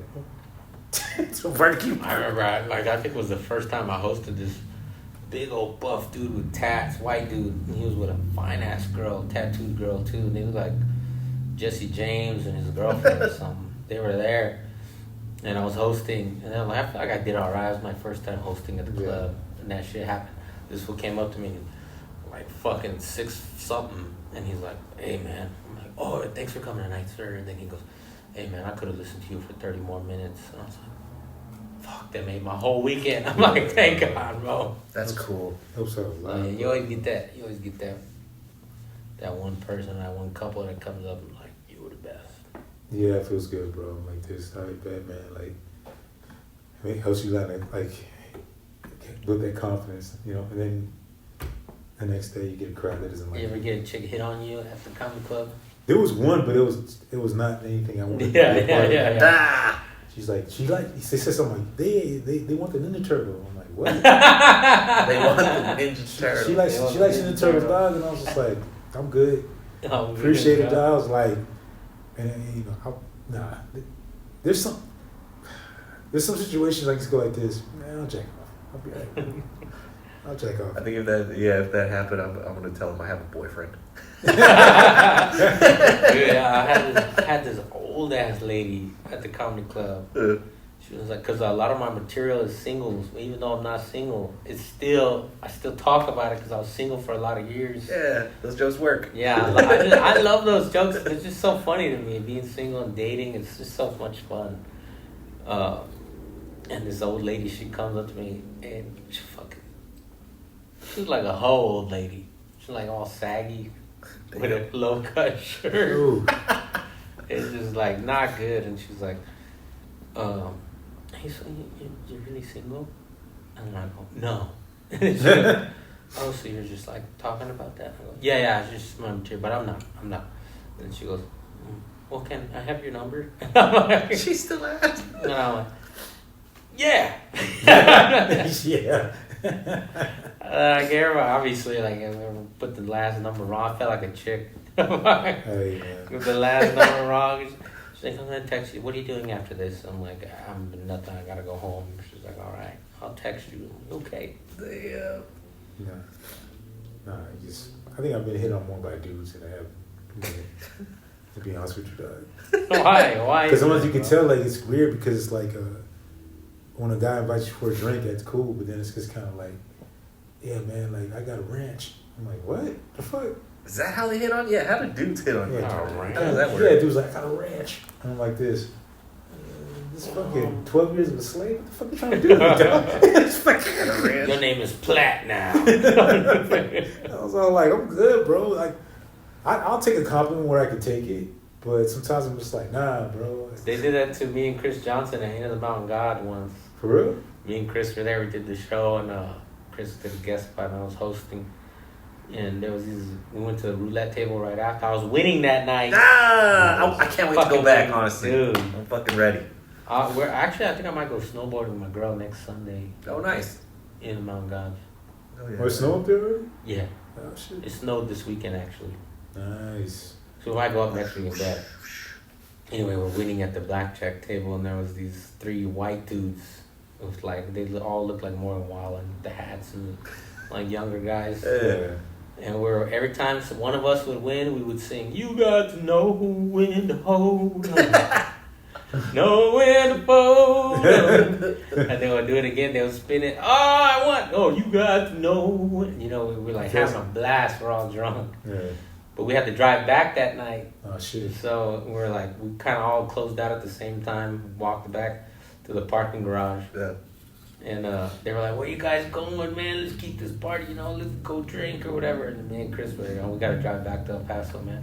They're like, no, man, we got a ranch right here. You come stay with us. Oh shit. We just looked at each other and we were like, fuck no. Oh, yeah. We're good, bro. Broke back. Yeah. Yeah, dog. It's kind of. I mean, like I said, I'll take a compliment. I don't care who it's from, but I just gotta be like, man, I'm cool, man. Thanks. You know what I'm saying? Like, It's a bit much. yeah. Either way, I'll be like, nah, thank you for the compliment and all that, but you know, I'm good. That's Sure. crazy you say that. I wouldn't say that. I try to be nice, dog. I don't try to Get the be. fuck out of here, man. No. I try to be nice, dog. I mean, I'll like I said, where I worked at, I got hit on by dudes all the time. Sometimes. Gay dudes. Yeah, like I said, the gay cholo. Is that really? They like you, yeah. I'd be like, yo, what's up, Wade? I was like, Gay cello? yeah, That's interesting. I take it out of my set now because it wasn't that funny. But No, it was, that's funny. there was a gay cholo. I was about to close up the shop. He was coked up and shit. And I was, hey man, what to close? For real? I'm like, yeah. Hey, can I tell you something, bro? I was like, what's up, man? He's like, you have nice lips, Wade. No, oh my God, bro, that's so funny. I was like, thanks, man. He's like, we still gotta close. He's like, hey man, Still gonna close. hey dog, Hey, dog. if you were Hey, locked, homie. if you were locked up, bro, like for real. Oh my God, bro. And I'm like, thanks, dog. He's like, I'll call you chocolate, bro, because you fucking hot. Oh, that's where that's from. That's a joke. He's like, call Fine. you hot chocolate, bro. And I Ay, was like, güey. this Swiss Miss, bro. And I was all like, all right, we still had to close up shop. And then he wouldn't leave. He was coked up. He's like, Was he like a big guy or small? he was like a scrawny little guy, but I was like, I was fresh there, you know, I was barely working like a month or two, and I was like, dude, he's not leaving. And then luckily, like my boss, my manager came out the office, and I was like, hey, we're closing, right? He's like, what? I was like, we're closing. He's like, yeah, we're closing. And he thought somebody else is there. He's like, oh, you're not by yourself, bro? And I'm like, no. He's like, all right, mañana, huh? And I'm like, yeah. And I rushed, when he walked out, I rushed to the door. I was Oh, like that bitch, dog. you ever came back? Nah, I didn't see him no more after that. We were locked up, bro. He That told me shit's that, so like, weird. Locked up, Locked up, chocolate, bro. Swiss Miss, bro. Swiss Miss. I was like, thank you, man. I appreciate it. Thank you. That's all I could say to him. Like, Thank you. he was all coked Just up. start crying. Thank you.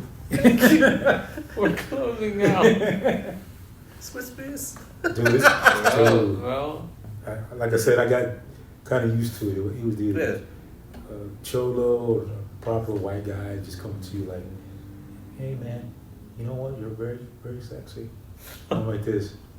Thanks, man. Like, man, what time do you get off? Oh, And I'm You're like, right. that's how they do, huh? yeah. And you're very sexy. Swiss Miss. the white guys are more direct, and the black dudes a little bit So different. you pretty much know how a chick feels. Pretty much. I mean, if you look at it, it's the same way. It's the same way you kind of be Does that like, help your game? who you mean, like with women? Yeah, because you know how it feels to be like kind of like hit on. Yeah. You know what makes you uncomfortable and what is kind of nice. In a way, I think I think I can only talk. I have that woman here. I think it's, if you're more direct, women feel that way, better that way. If you like, just tell them like, this is what I'm. Don't tell them how pretty you are. Just be like, hey. One time, I was in San Francisco. I lived on Treasure Island. You had to catch a cab back late night, and I had bought an ounce of weed. And this is when it was still like kind of illegal. Yeah. It was like '99, and I was waiting. I walked in front of a hotel because you know all the cabs stop there. So I'm waiting for a cab. This fucking 10-speed dude across the street passes by, comes back around. He's like, so, what are you doing? And I was like, I just waiting for a cab, trying to get back. I think he thought I stopped for him or something. And I was like, I'm just getting off work. Fucking, I had all these drugs on me, so I'm just like kind of fucking like, I don't want to get in trouble. And I was like, I'm kind of tired. And he goes, oh, well, I'll suck your dick. Way. I didn't know. That direct? So, yeah, dude, on his fucking 10-speed, pulls up just like, what's up? Says all. He asked me what I'm doing. I thought he might be a cop or something. I don't know. Hindsight, I'm looking at him like, why would a fucking cop be on a 10-speed like this? But What happened after he sucked you off? bro, so after I woke up in the dumpster, no, but like, yeah, the immediate reaction, because I don't know what to fucking say, so I just fucking thanked him and said no. I was like, thank you, but I'm good. Then I felt weird about it. I was like, I just thanked him for All right. I got my bro. I think I might have told you guys this story. I was in Africa on my first deployment. There was this gay kid that was on our. We had left at the same time. A group of us, like 5 of us, so we stayed tight throughout the deployment. Yeah. One of them was gay. This little gay Mexican dude. And after we came back from a year in Africa, which was a dry country, we came back to Virginia all together. And we were like, wanted to party bad. And so we went to a couple of bars, we got fucked up the first couple of days. And then the third day, we're going to go out again. And the other homies in the group were like, hey, man, because they know how I am. And I'm like, I don't want nothing to do with none of that gay shit, going to gay bars and all that. Yeah. It's just not me. Call it homophobic, I don't give a fuck. And they're like, hey, man, listen, the homie here, he's 21, he's gay, he's never been to a gay bar. Let's all go with him to a gay bar. I was like, man, fuck you guys, man, you guys go over there. And then they're like, all right, we're gonna go without you then. And then I was like getting FOMO, and I'm like, all right, fine, I'll go too. But I'm not gonna like it. And so we all go to this gay bar, right? We're just in there, right? It's cool, we're walking, it's packed. Bunch of fucking gay dudes everywhere. And we're walking through, right? I'm trying to stay in between my straight homies. I'm like, and then all of a sudden I feel a smack and a grab on my ass. Damn. Just pop! And I turned around like that, and it was this tall motherfucker with a hood on like that, like a hoodie, like with the opened up. Scary. And he was like this big old white dude. I still remember he had a big ass Adam's apple. And he goes, what's up? And I was like, was that you that just did that to me? And he goes, yeah, I'm trying to say what's up. And then I was like, I'm not some piece of meat, man, that you could just grab like that. I turned into a chick immediately, bro. I was like grabbing my friends and backing up. And I'm like, oh, and then I looked at my homie, I'm going to hit him, right? I should hit him, huh? And then my friend goes, no, bro, just relax. It's fine. Let's just keep going. I was like, fuck you. I was like, fuck you, man. Fucking turned around and kept going. What did he do? He was just like, whatever. He just turned On around. to the next. Yeah, he just moved on. And I sat at the bar like a fucking battered woman. I was just, let me get a shot of fucking vodka, please. And I was just sitting there like, what the fuck was that? And I'm like drinking my shit. And I'm like shaking and stuff. Grip like that, bro. Bro, it was hard. Big ass hand, too. Ah! So I immediately turned into a woman, bro. Ah! Leave me alone. You can't talk. I'm not just something you can touch. Dude, when you're in that environment, dog, it's different. It's different. One time I used to work at bars in San Francisco. I was coming home late. Yeah. And I lived in a kind of shitty neighborhood though in Tenderloin. And I'm walking home. It's like 3, 4 in the morning. I see this fucking dude who... That sounds gay already, the tenderloin. super tall ass fucking black dude. Looks like a fucking like basketball player height and fucking stature, right? Yeah. In a fucking jean mini skirt with a fucking wig. And is crossing the same time. And like I'm walking and is crossing. I'm like, don't fucking cross with me. Don't cross. Crosses with me. Starts fucking following me. Hey, what's your name? Oh. And I'm just like, eh. Yeah, I didn't say anything. Dude, this person's like fucking white, like huge, right? Ooh. And so then she goes, thinks I don't speak English. So she's like, ¿Cómo se llama? ¿Cómo se llama? Right? And I'm like, fuck. And I'm like, Steve. And then she goes, Pete? And I'm like, yeah. And she's like, Pete? And then we turn the corner, and my building's right here at the door. She's like, fucking things I'll do to that ass. Grabs the fucking gate, like my fucking gate door. Yeah. As I'm punching in the fucking code to go in, I was like, pulls the bitch open for me. And then I walk in, and my apartment was right there where you can see where it is. Yeah. I just fucking went up the stairs. I just fucking kind of peeked. I Ooh. was like, this bitch gone. It was kind of scary, but at the same time, I still wanted to know what she was gonna say.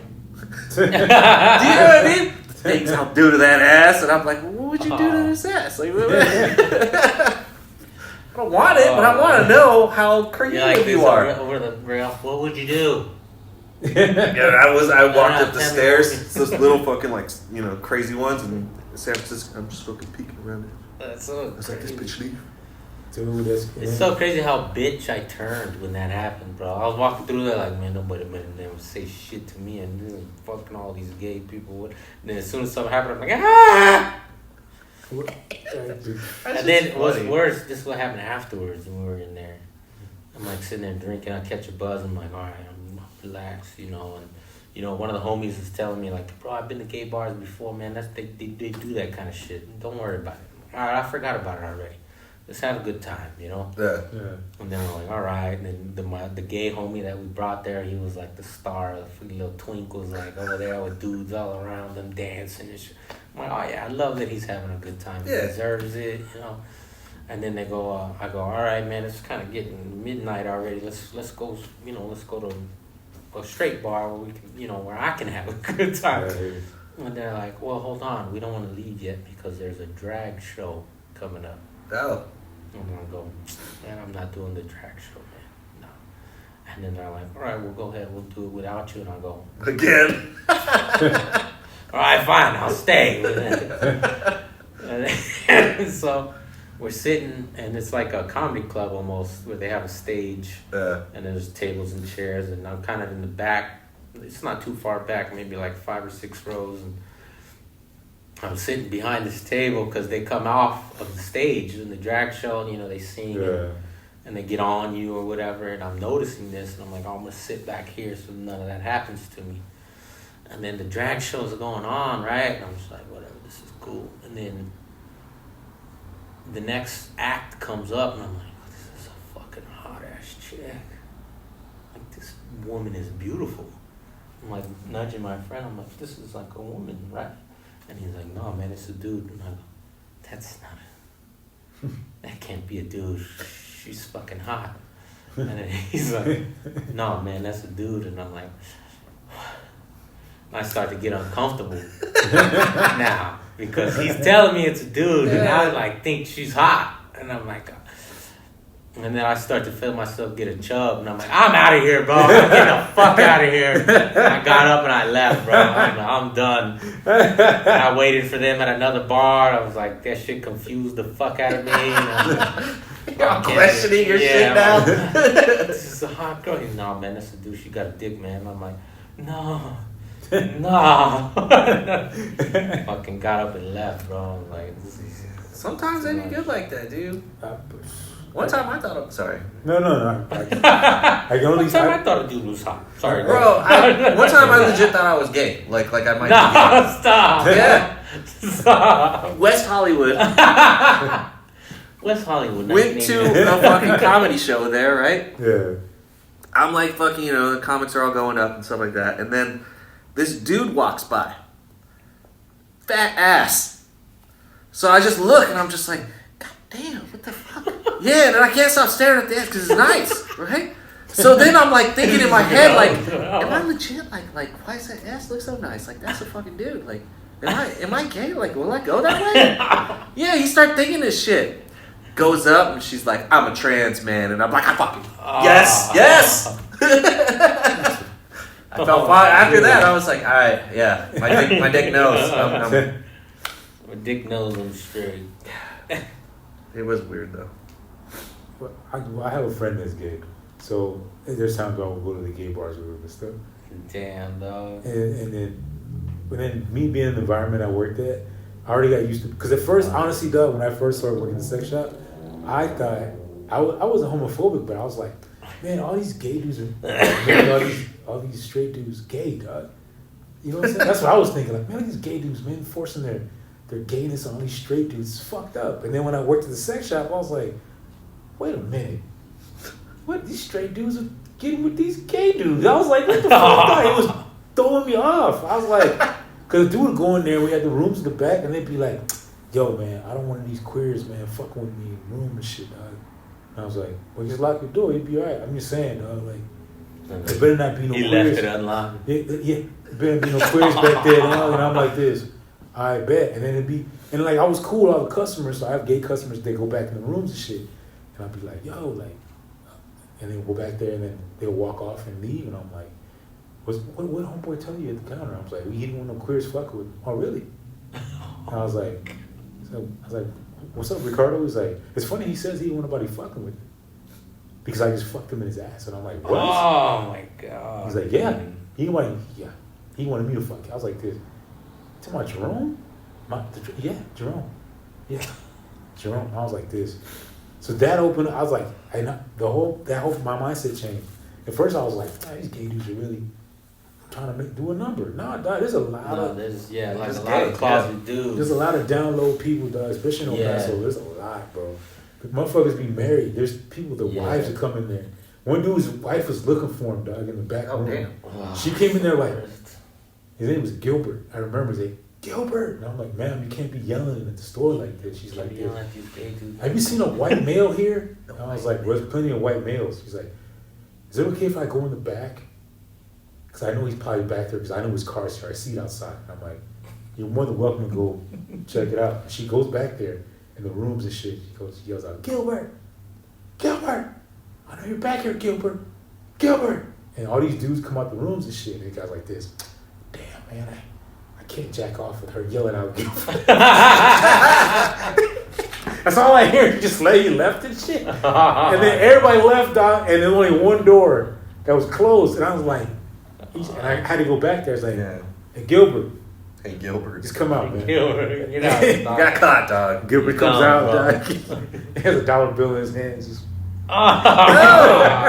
she's all like this. You son of a bitch. I said, Gilbert, man, you cost me money. You cost the store money. He's like, I'm sorry, Otis, man. I'm like, I didn't want to snitch on you because I knew you were back here, but after a while, dog, there's no other doors, dog. They're all open. He's all like, I'm sorry, man. He apologized, though. Yeah, he apologized. I feel bad for him. He was like, I just wanted to watch a movie, man. And I was like, she won't let me jerk. I was like, and she just walked out with him. I was like, I sat next to a gay pimp on an airplane once. Gave him. Yeah, because he was like making things happen and shit. Yeah. He told me all the. Well, he told me the same thing you said. Yeah, he said that most of the people. He worked at a sex shop that had like a glory hole in this small Texas town, like outside of like Fort Worth. Yeah. So I called him the gay pimp because he said he would facilitate the meetings for people. But he said a lot of the people that would come in, like the majority, were like straight married men. Yep. He was like the booker at a club or something. Yeah, he was the gay pimp. That's how I do. I'm telling you, dog. I knew that because I was in the Navy. Yeah. And I worked with this gay dude. Yeah. And the motherfucker was like really flamboyant. I don't care about that he was gay. He was just annoying, bro. He'd be talking loud and just, I'm like, bro, shut the fuck up, and I hated him. And then eventually, like, he calmed down because he knew it would piss me off. And we became, like, good acquaintances and coworkers. And then he would start to tell me that, like, it was a small base. It was like we were in Africa. And the base was like a 5-mile radius. You couldn't leave the base. Yeah. So you knew everybody. Yeah. And he would tell me that he's on Grindr. And that he would show me these dudes that are on there. I'm like, this motherfucker's on. I know this dude. He got kids, bro. What? He's like, yeah, I'm telling you. Me and him, like, already did this. What? He's married. And he'll show me these dudes or whatever. I'm like, man, this fool, like, he talks about chicks all the time. No, man, he's on here. It's like that, bro. I'm telling you, it's like that. I had a kid to do at the store once because he pissed me off. Like, one day he'd been there, like, dude, he'd been there for 14 hours, dog. Damn, bro. Yeah, he would hook up with dudes, and then he would, like, go, they both walk out to the parking lot, like, and separate cars because they were on the down low. So he would act like he was going to his car, and the gay dude would fucking, and he would just come right back in, dog. And I was like, this dude's always here. And I was like, you pissed me off. And then one day I went to go get lunch, and I went to go pick it up and shit. And I walked into the restaurant, and I see our family, 2 daughters and a father and a wife, and I'm looking, it's him. And I'm like, I squint my eyes, I was like, and he had 2 beautiful daughters, dog. And he's always at the shop. So one day he walked in there like he usually does. I said, hey man, my man. He's like, what's up? Get the fuck out of here. He's like, what? He's like this. You got 2 beautiful little girls, dog. And you over here, he's 14 hours out of your day here? He's like, if I ever see you in here again, I'm gonna stick my foot in your ass personally. But I know you probably like that. Like promise. But I kicked him out. So I was like, all right, I give him the speech. Yeah. And he'll go like, yeah, I need to be more attentive to my kids and shit. No. One day I worked a different shift, so I came in different. And he walked in there, and I said, what the fuck, man? He's like, what? I'm like, what the fuck did I just tell you? He was like, my bad. And I'm like, and he walked out, and then the next day I worked a different shift, and he peeked his head through the door to make sure if I was there. I was like, you pathetic, sad piece of shit. It ain't the fact that he was gay, it's the fact that he was spending more time at the shop than he was with his family. That's a long, that's that sex addict shit. What do you think he says? Like, I'm just going to work or whatever? But I think some of the wives know. They know that shit. There's no way your husband is gone. Unless he's a fucking in the military, but if he's a regular dude working at 7-Eleven, I know it stays open 24 hours, but fuck, man. Well, you got to get off sometimes, literally. Like, let me say it like that. But fuck, get off, literally. Insane, bro. Crazy. Where we at? I restarted it, so we're probably close to 2 hours. Oh, shit, already? Dude. Yeah, because this is at 43. The other I don't know one if this is a good episode, guys. I'm sorry. I don't know if this is like... This is good? Is it alright? I think it was good. It's more on my end because the audio got fucked up, but it's still recording audio from several different places. That's all So good. hopefully it's fine. And we kind of went... In a lot of different directions. yeah, we didn't really have a set topic on this one. No, we don't need a set topic. Well, we really don't do that here. We just talk like Yeah. we would at the open mics. Yeah, that's why I wanted to come. And plus, I think honestly, it was good. yeah, plus from where you started comedically to where you are now, man, like you jumped leaps and bounds, my guy. It's crazy, man. It's been the best time of my life, bro. I would have fucking killed myself if it wasn't for comedy, bro. I had to be at government, working for the government the whole fucking time, bro. Are you kidding me? 30 years, I gotta do that shit. You're one of the real ones, man. Out of all the fucking comics here, there's only a handful of us. I feel like that are actually like trying to do this. Yeah, for sure. Genuinely for because they actually want to get better and they just love the game, you know. I had to do the paid in full thing, but I just love the game. Game, dog. Love the game, bro. But it's like that, like you genuinely like you can tell you. That is the game, bro. Like, even bombing, bro. As much as I hate it, I'm like, oh, man. It's like, almost like, oh, that's the game. It's part of the game. It is. Oh, it hurts, but damn. Bombing with intention. Yeah. Makes me feel better about it. But then like you're on both sides of it now because not only are you in front of the mic, but now you're doing the business aspect of it. Yeah. So you're kind of like, okay, this is what we get to do. This is, you know what I'm saying, getting everything together. You guys setting up like the venues and getting everything, you know, ticket sales, all that other shit. So it's different when you know you got both sides of it. You know what it takes to do both. Yeah, and I don't like that side. I don't like that side, bro. I learned it. I know it well. Stretch knows it well. It's fun to do just because the show day is so good. Yeah. That's the best part, but leading up to it is not as fun, not as much fun. I'm sure it's nerve-wracking, though. Yeah, all that work. It's always worked out for us. Thank God.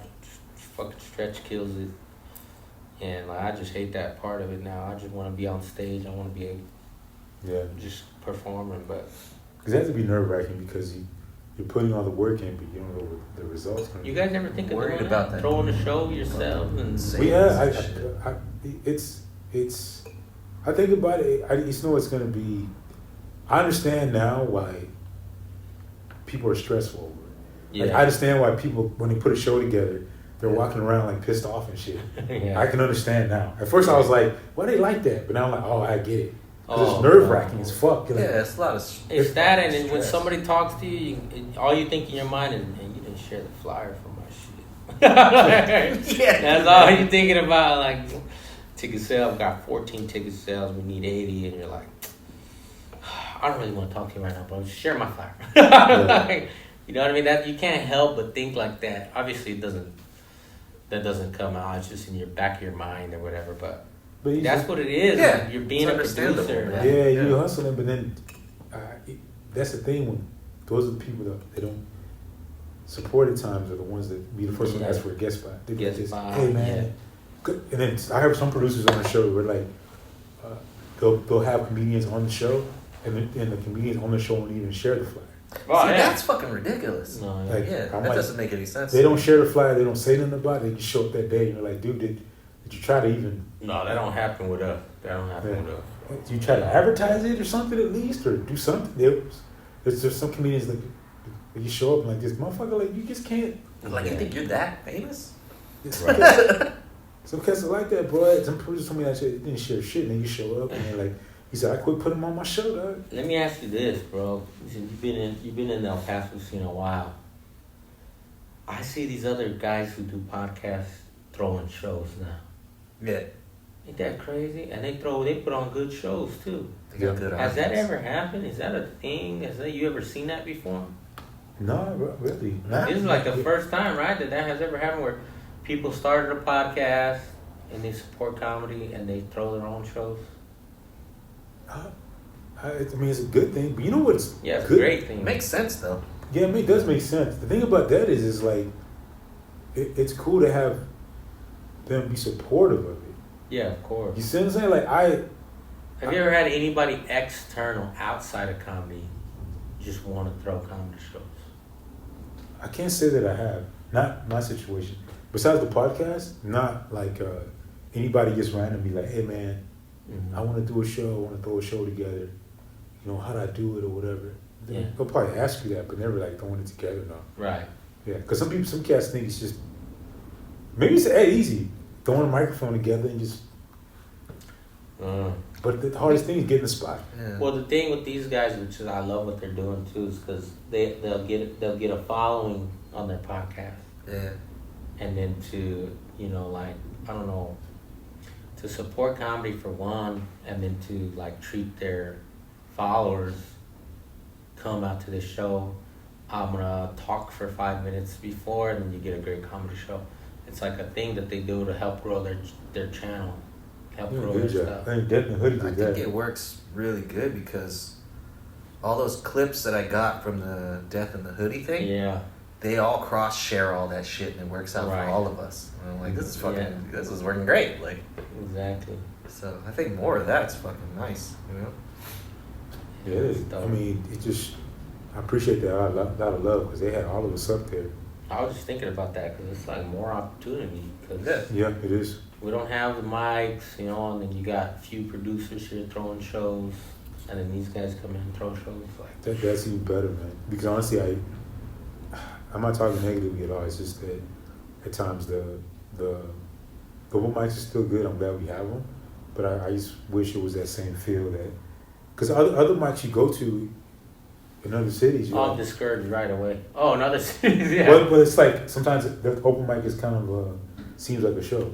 Yeah, The audience stuff. Yeah, because they'll have people like fucking do longer spots and shit like that. Yeah, You know, and it's like, little showcase things within the mic. Yeah, I just hope we get that feel back where it's the open mic that kind of feels that feel what like- scene is used to. They take it more serious too, which is nicer. Yeah, it's good to have somebody to be like, you know what? All right, we setting up the mic, we're doing this. They have comedy crowds though, bro. Those other big Yeah. cities. I was just talking to Julian. He had done the Tempe Improv with Concrete and Duno. I was Yeah. talking to him on the phone, asking him how it went or whatever, and he was like, "Bro, this is what was crazy. He goes, it's a comedy town. Yeah. People will actually on a Friday night be like, oh, I'm not going to the bar. I'm not going to the club. I'm going to watch a comedy show." And people, cool. that's what they do there. That's just a thing. I'm like, that's not how it is here. You're not out with friends and they go, I think we're going to go catch a comedy show tonight. Like, I've never heard that. I think maybe we're going to go to the comedy club. I've never heard that out somewhere. No, right? It's not like a normal thing. Nah, it's only when like times when a big name comes. Yeah. Yeah. Yeah. Yeah. That's when oh, Kevin Hart, I'm gonna go see Kevin Hart. Yeah. Or something George like Lopez. that. Yeah, but it's random. Sometimes it's not like that. No. You know, when I lived in San Francisco, we did this. We would hit the punchline at Cobb's. Yeah. I didn't know who the fuck was playing. We just Right. go. Yeah. Yeah. Go. Or even if it's just a random a show at a restaurant that somebody put together, it Yeah, can just turn out. random. Yeah. It's a good Chicago's turnout. like that. And it's like you're like, wow, dude, like this is, and they'll have that spot. That's their spot, and Yeah. it'll be popping. Every Red time Room I'm sure. Comedy Club in Chicago is like 50 people max, seats 50 people max. And we go there, and it's just random couples that are like, oh yeah, we wanted to watch a show. Nobody's known. They don't know any comedians that are on the show. Oh, they do comedy here. We wanted to watch comedy. The Cellar seems like that too. Yeah. New York. That's a legendary name. They just go. They know it's gonna be awesome. Yeah, it's just like one of those things where, and that's a hard spot to get into. Once you get in there, because you got to be accepted. It's like some mafia shit. Yeah, because you know you're gonna get. Everybody has to get vetted for that shit. Right. So it's like there's not gonna be any bullshit like shit comics on there. No, you gotta bring it there, man. Like you gotta like. I think it's like on some Soprano stuff. Like, you go in there, you gotta go down in the cellar, and they're like, you gotta tell a 5-minute set, and you better bring your best stuff, and you better not stutter or nothing like that. There's that movie with Will Arnett. Maybe. But that's like a lot of it's filmed at the Cellar. Oh yeah. I think it's coming out either now or like Saturday or something. Is this thing on? Is what it's called? Oh yeah, I heard about that. Yeah. I was gonna go see it on Thursday. Yeah. It looks like Today. fun. I might see it Saturday. Yeah. Yeah, my girl's working today. I'm gonna go Sunday, I think, to watch that. The clips are funny. Yeah, I was watching that shit. I was like, oh, this is nice. Yeah, he's like, I'm one of the ones going up tonight. And then I think his mom or whoever it is yells at him. The ex-wife. This is why she threw you out. Oh, yeah. Or he tells his homie, I've been doing stand-up downtown. And his homie goes, damn. He goes, what? I didn't realize your life was that bad. Yeah, dude.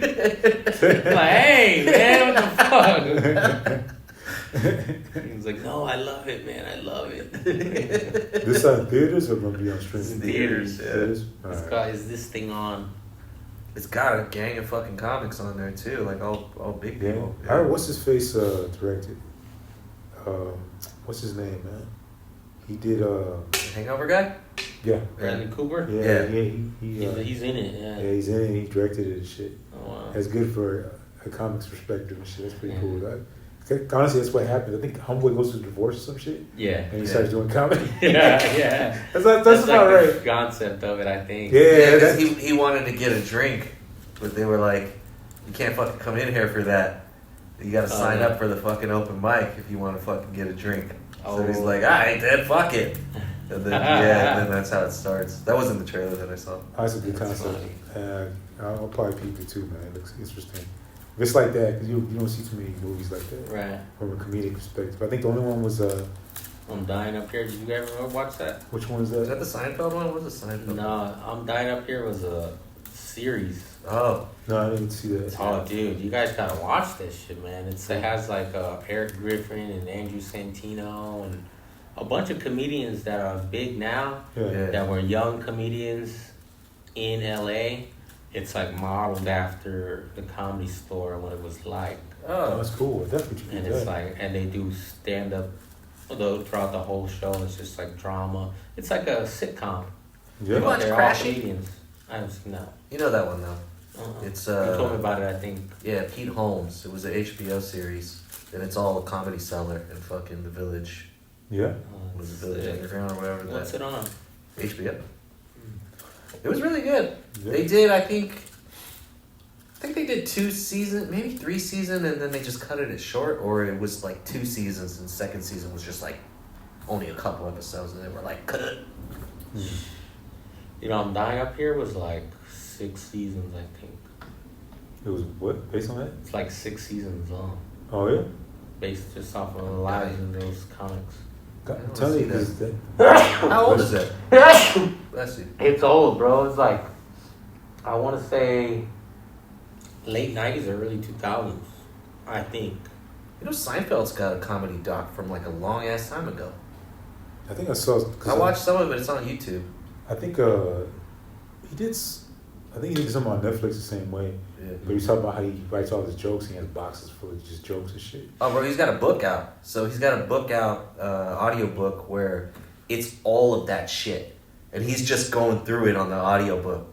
Yeah, all these little short fucking one-liners. And dude, like hundreds, bro. Dude.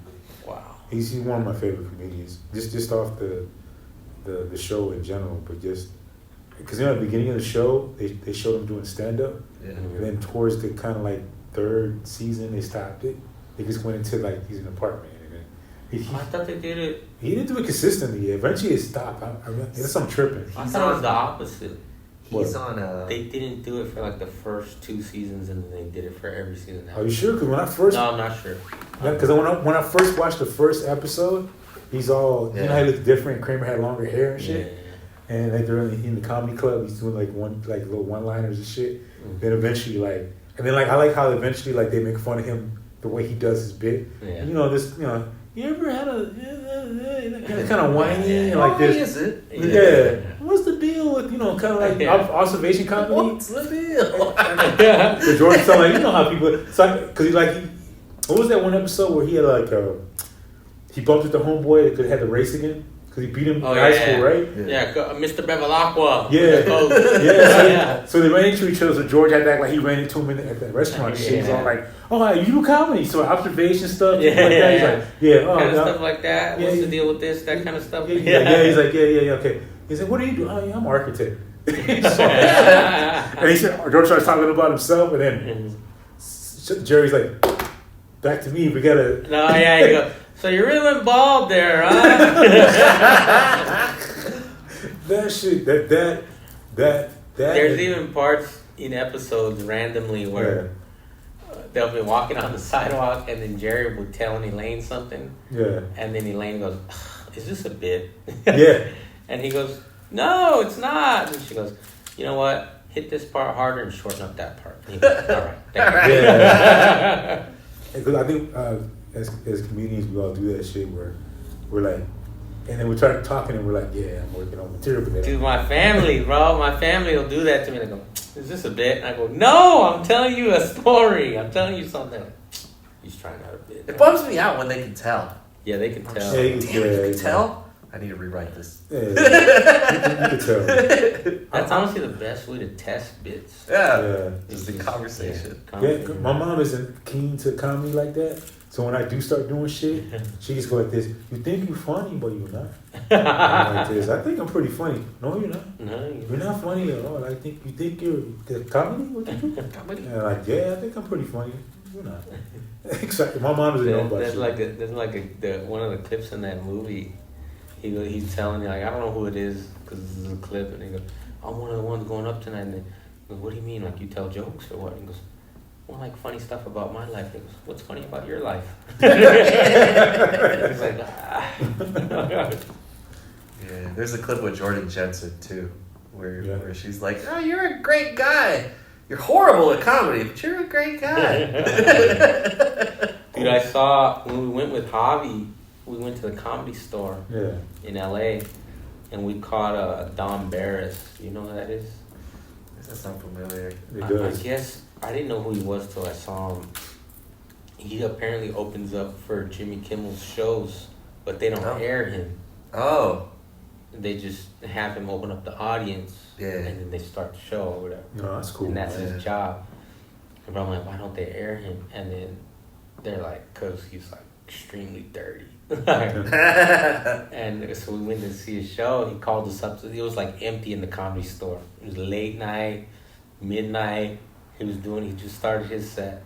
We go in, we go to the back. We have like these tall boys. They sell tall boys at the fucking Comedy Store. Nice. Saul Trujillo, shout out to him, was getting us free beers there. Nice. And so we had these tall boys, and we go in, we sit in the back. There's nobody in the front. There's like 20 people maybe scattered.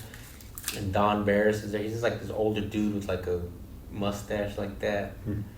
And he's like, "Get the fuck up here. What the fuck you guys doing over there?" And there's a piano guy in the back just doing like undertones for him, like. Anytime he starts to yell, the guy would get like crazy. So it was like a crazy performance. And there was a Christmas tree, and he was sitting on this table that was like right in the front row, and he would like say dirty shit like, "Oh yeah, I'd like to watch you two fuck right now. Oh my god, make his fuck face right now." He telling the girl or whatever, like super dirty. And then he looked at Benny and he goes, "Oh, I'd like to watch you masturbate." Oh my god. And it's just so funny in the moment, bro. And he looks at me and he went, "Oh, I think out of anybody in this room, I think I'd murder you." I'd love to murder you. What the fuck, bro? And he goes, you know what I do? I like to get 2 volunteers on stage.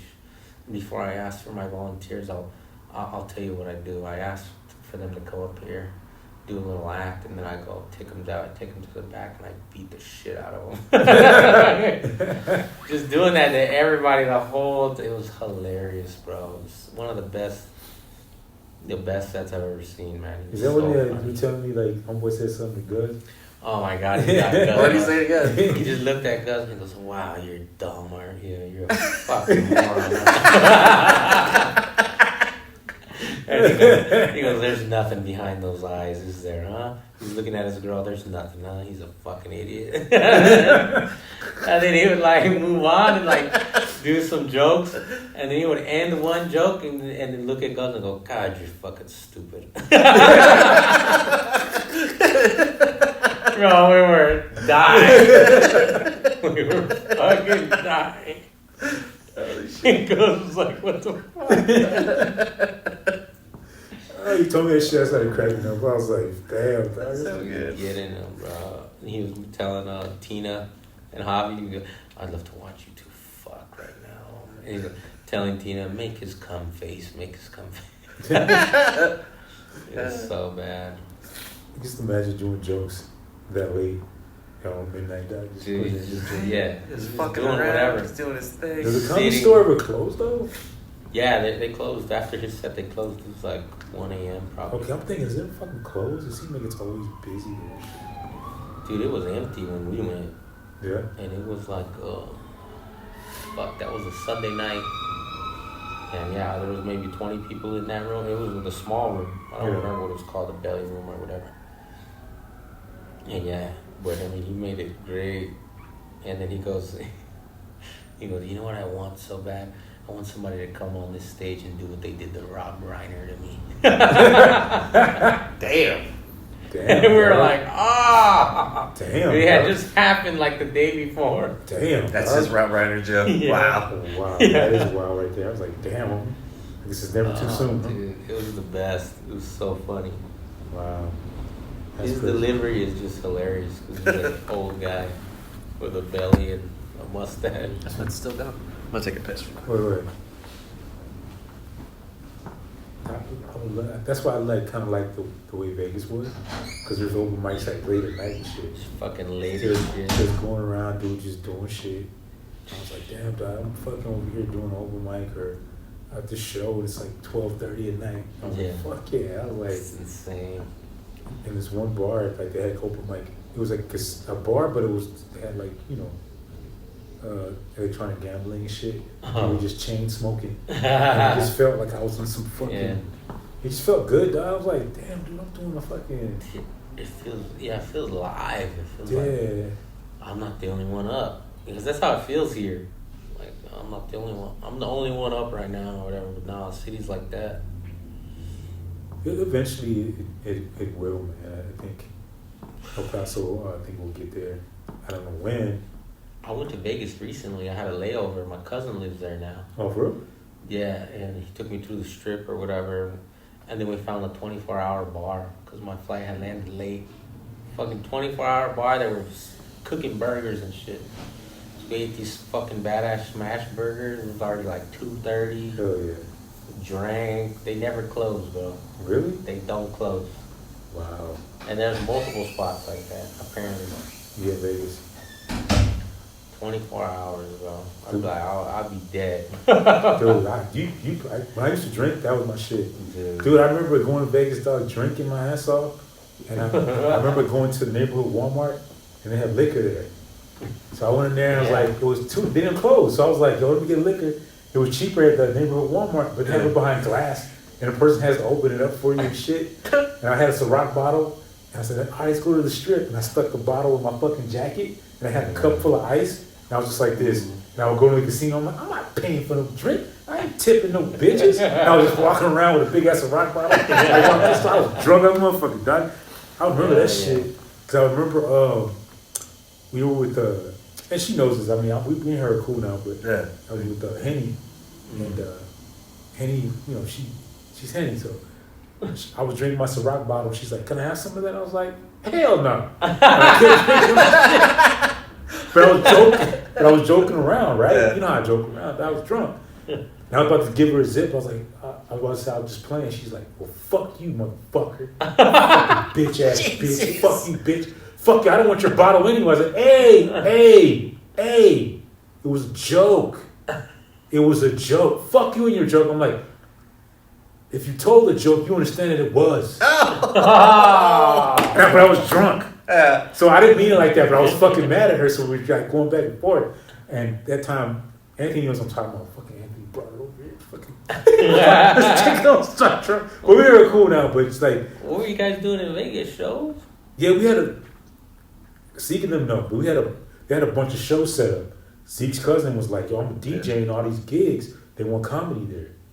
So I'm thinking, like, all right, bet. Now, I talked to her cousin, so because, you coming down, I got you. So it was Zeke, Sharita, me, and then Anthony's supposed to go, and then we all had it planned out, and he invited Henny last minute, because Henny wanted to go, so we're all like, all right, fuck it. And as soon as we get picked up, dog, I was with my ex at the time, and I get picked up, and then we're in Sharita's van, and I go in there, and Henny's all crying, and I'm like, and he's like, oh, my fucking cat got out of the fucking. And I guess somebody left the door open and her cat got out. But she was crying the whole time. And mind you, they're in the back seat. We're in the front part of the van, and she's crying her ass off. And Anthony's just like this. And I'm like this. Bring it here, man. I told you to bring it here. So we end up doing a couple of gigs over there, bro. And this is the thing. I already talked about Sharita in this. I love him, but this is what happened. I was supposed to get on a couple of gigs, but Sharita and Zeke got all the gigs, bro. I was sitting there like this. I was like, all right, I'm about to go up with one of these. No. They didn't let you on? They didn't let me on nothing. And then I talked to Sharita's Zeke's cousin. I was like, hey, I'm supposed to be on. I'm supposed to be. She's like, yeah, I told him to put you on this one. How come you're not? What the? I'm like, they just took it. And Zeke was working with Shane. And Zeke didn't know who the fuck Shane was. I knew who Shane was. Really? Yeah, so I'm sitting there like this. Oh shit, there's a bunch of black people. And these, and then Zeke was all like, I don't know who the fuck Shane is. And he went back there, and Zeke, I love you, bro, but he bombed as fuck. He bombed. He bombed. It was all black crowd. He bombed. And he's like this, these niggas. And I'm like, niggas don't do that shit. Niggas don't. I'm like, they ain't niggas. This is a banquet. These are all entrepreneurs. They own businesses. These are not niggas, dog. Your shit just didn't hit. Zeke was doing all the little shit with, I love you, Zeke, but he just bombed. Just eat it. But he couldn't eat it. He's like, fucking niggas don't get my shit. Fuck, I don't know what it is about these niggas. I'm like, they ain't niggas, man. They were entrepreneurs, motherfucker. You just bombed.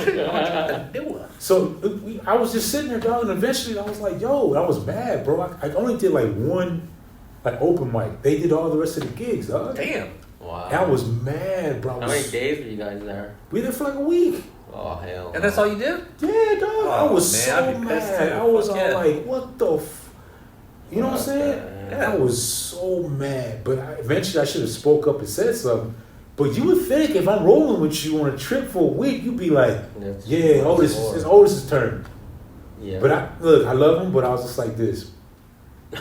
I bet. I remember this. Yeah, that's shitty. But eventually I talked to him and I told him in front of their face, like, well, we didn't know and you should have said something. I'm like, you see me in the back of the van.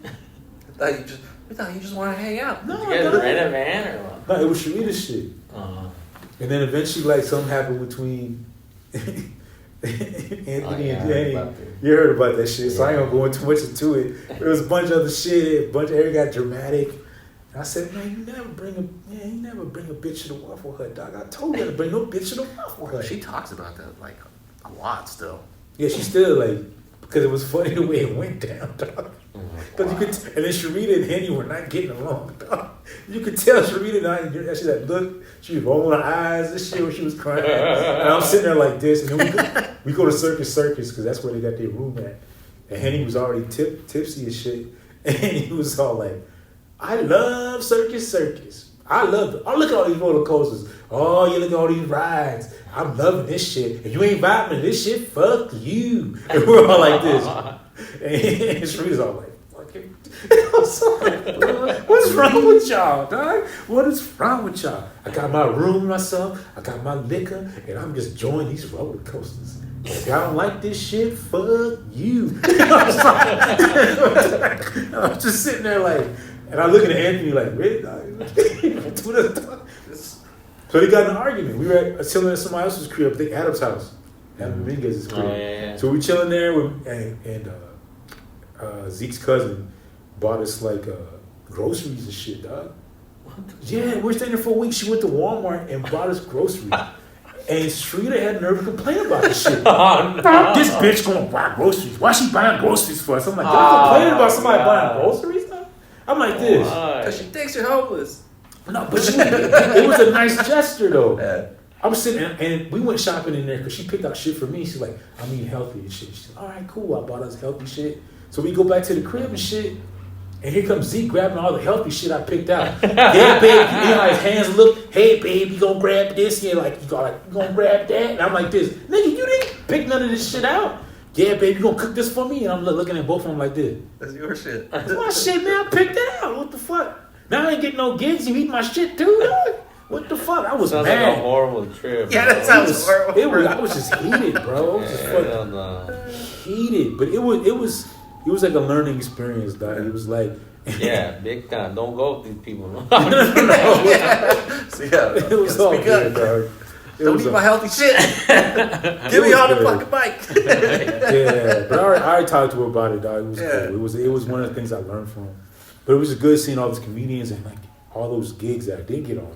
Yeah. I know I would have fucking murdered. At least they were good, especially the entrepreneur thing. Bro, Yeah. I was just sitting in the back and watching Zeke bomb like this.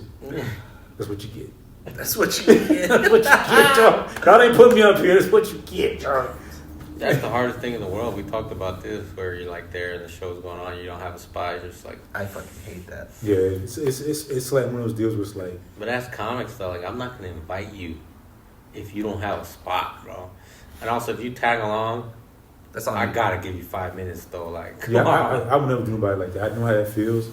And if I'm traveling with somebody, I don't give a fuck. I'll give you 3 minutes. Yeah, get three minute spot. I'll have you introduce the host and do a joke or two in front of that. Yeah. Or do something. But I'm not gonna sit there and have you in the back Waiting. chilling and shit. I'm all like dancing in your face and shit. Yeah, had a good set, huh? You're like, fuck you. Yeah. it feels so bad, even though it's like, yeah. You're happy for everybody. Yeah, you're happy, But you still want to get on yourself, dog. You got that itch. It does not feel Yeah. good. You know what I'm saying? It's just like, damn, bro. And then it makes it worse when somebody bombs. And you're like, that could have been me. Yeah. Could have had that spot. That's like watching people eat and you're starving. Yeah. And then the person who's eating is like, doesn't like the food and you're like, motherfucker. Yeah. It's just, and then I will say this though, Otis told me one time that Zeke's dick has an elbow in it. you just wanted to get that off. I just wanted to say that's that. funny. Yeah, but Let me know if it's true, Zeke. you always Does said your it dick about have an Zeke. elbow in it, dog? Does it have like a joint where? Yeah. How does it flex like a bicep? Yeah. Zeke be handling business. Maybe that bend hits the G spot. I'm just saying, Zeke be handling business, dog. Hold on, let me find it. Hey, man, well, Should we wrap this up? We're Yeah. over 2 hours, I think. thank you for coming on, dog. Thank you guys for having me, man. This is Dude, thank always you. It's fun. been Talk to you guys. I know it's been from where you have and you progressed out. It's been Thank you, man. It's a It's great been thing a to see, blessing. We got way more to go. We all do. Hell yeah. yeah. Make it happen in 2026, man. That's what it's all I'm about. doing too, an dog. Alamogordo tomorrow. Hell yeah. Those are always fun, Burritos. though. No, they have a new room now. You do what? They got a different room now. So Same guy? Yeah. He Okay. said, we got a room with a stage and all that. I'm Oh, like, shit, I'm yeah. trying to see what that'd be like. No, he always brings it though. He usually with Carlos, it's always a crowd. Though. Yeah, Yeah. so I'm Yeah, hoping I like tomorrow's doing gonna that. be fun. And I'm a girl, they don't have nothing else to do. So they like, Exactly. they like, I will be there. Yeah, you get the people from the Air Force Base, and so I'm gonna close it out. Stretch is gonna do as much time as he wants in front of me. Try to get to 30. I'm gonna try to get to 30, but we'll probably get to like 25. Hey, either or, man. You guys Yeah. knock this shit out, bro. We got Michael Garrick on the show, so Nice. he's gonna open it up. Should be. Hopefully it's good, man. I'll let you guys know if this new room is good. That way you guys could Fuck yeah. Go do a lot of time. Oh, I like yeah. doing that place because you get to do as much time as you want. Yeah, dude, I love Alamogordo, dog. The people there are so nice. You Yeah. come to the show to show love, man. Yeah. Like, it's just a good vibe there, bro. And they get jokes. They know how to laugh. Yeah, they're Yeah. responsive. Yeah. They interact. It's 100%. nice. They don't get all offended by anything. And then when does this come out? I'll try and get it out in like a week. Okay, we have Alex Raymundo is coming to the comedy club, the comic strip on Airway. Oh, yeah. We'll King be on Comedy. that, and That that's King Comedy. Yeah, we booked him. So Nice, dog. You want to tell them where they can find you? Josh Ryan Comedy, Stretched Out Comedy. Keep an eye on that on Instagram. I hit 1,000 followers. Hell Yeah. Oh, shit, now. Hell I'm yeah. gonna go on tour now. Quit my job. There you go, man. Hey, thanks for coming up, man. Thanks, for bro. coming on, dog. Appreciate you guys. Number love, bro. Always a good time. Hell yeah, brother. Come to the tattoo shop. That's right. We gotta tattoo you up at some point. Yeah, bro. I always get scared to pull the trigger. Are you serious Oh, about this getting one? fucking phone died at some point. Well, fuck it. Damn, I plugged all my shit. Probably the last couple minutes because it was still on when I came back. I bet. I won't bother my mom. It's too late. What time is it? 9:42. Okay. Probably not worth going to that mic. Nah. I had the one on the west side, it ain't. Yeah, it's gonna be fucking dead and buried by the time we get there. I don't know. Still got the sound here.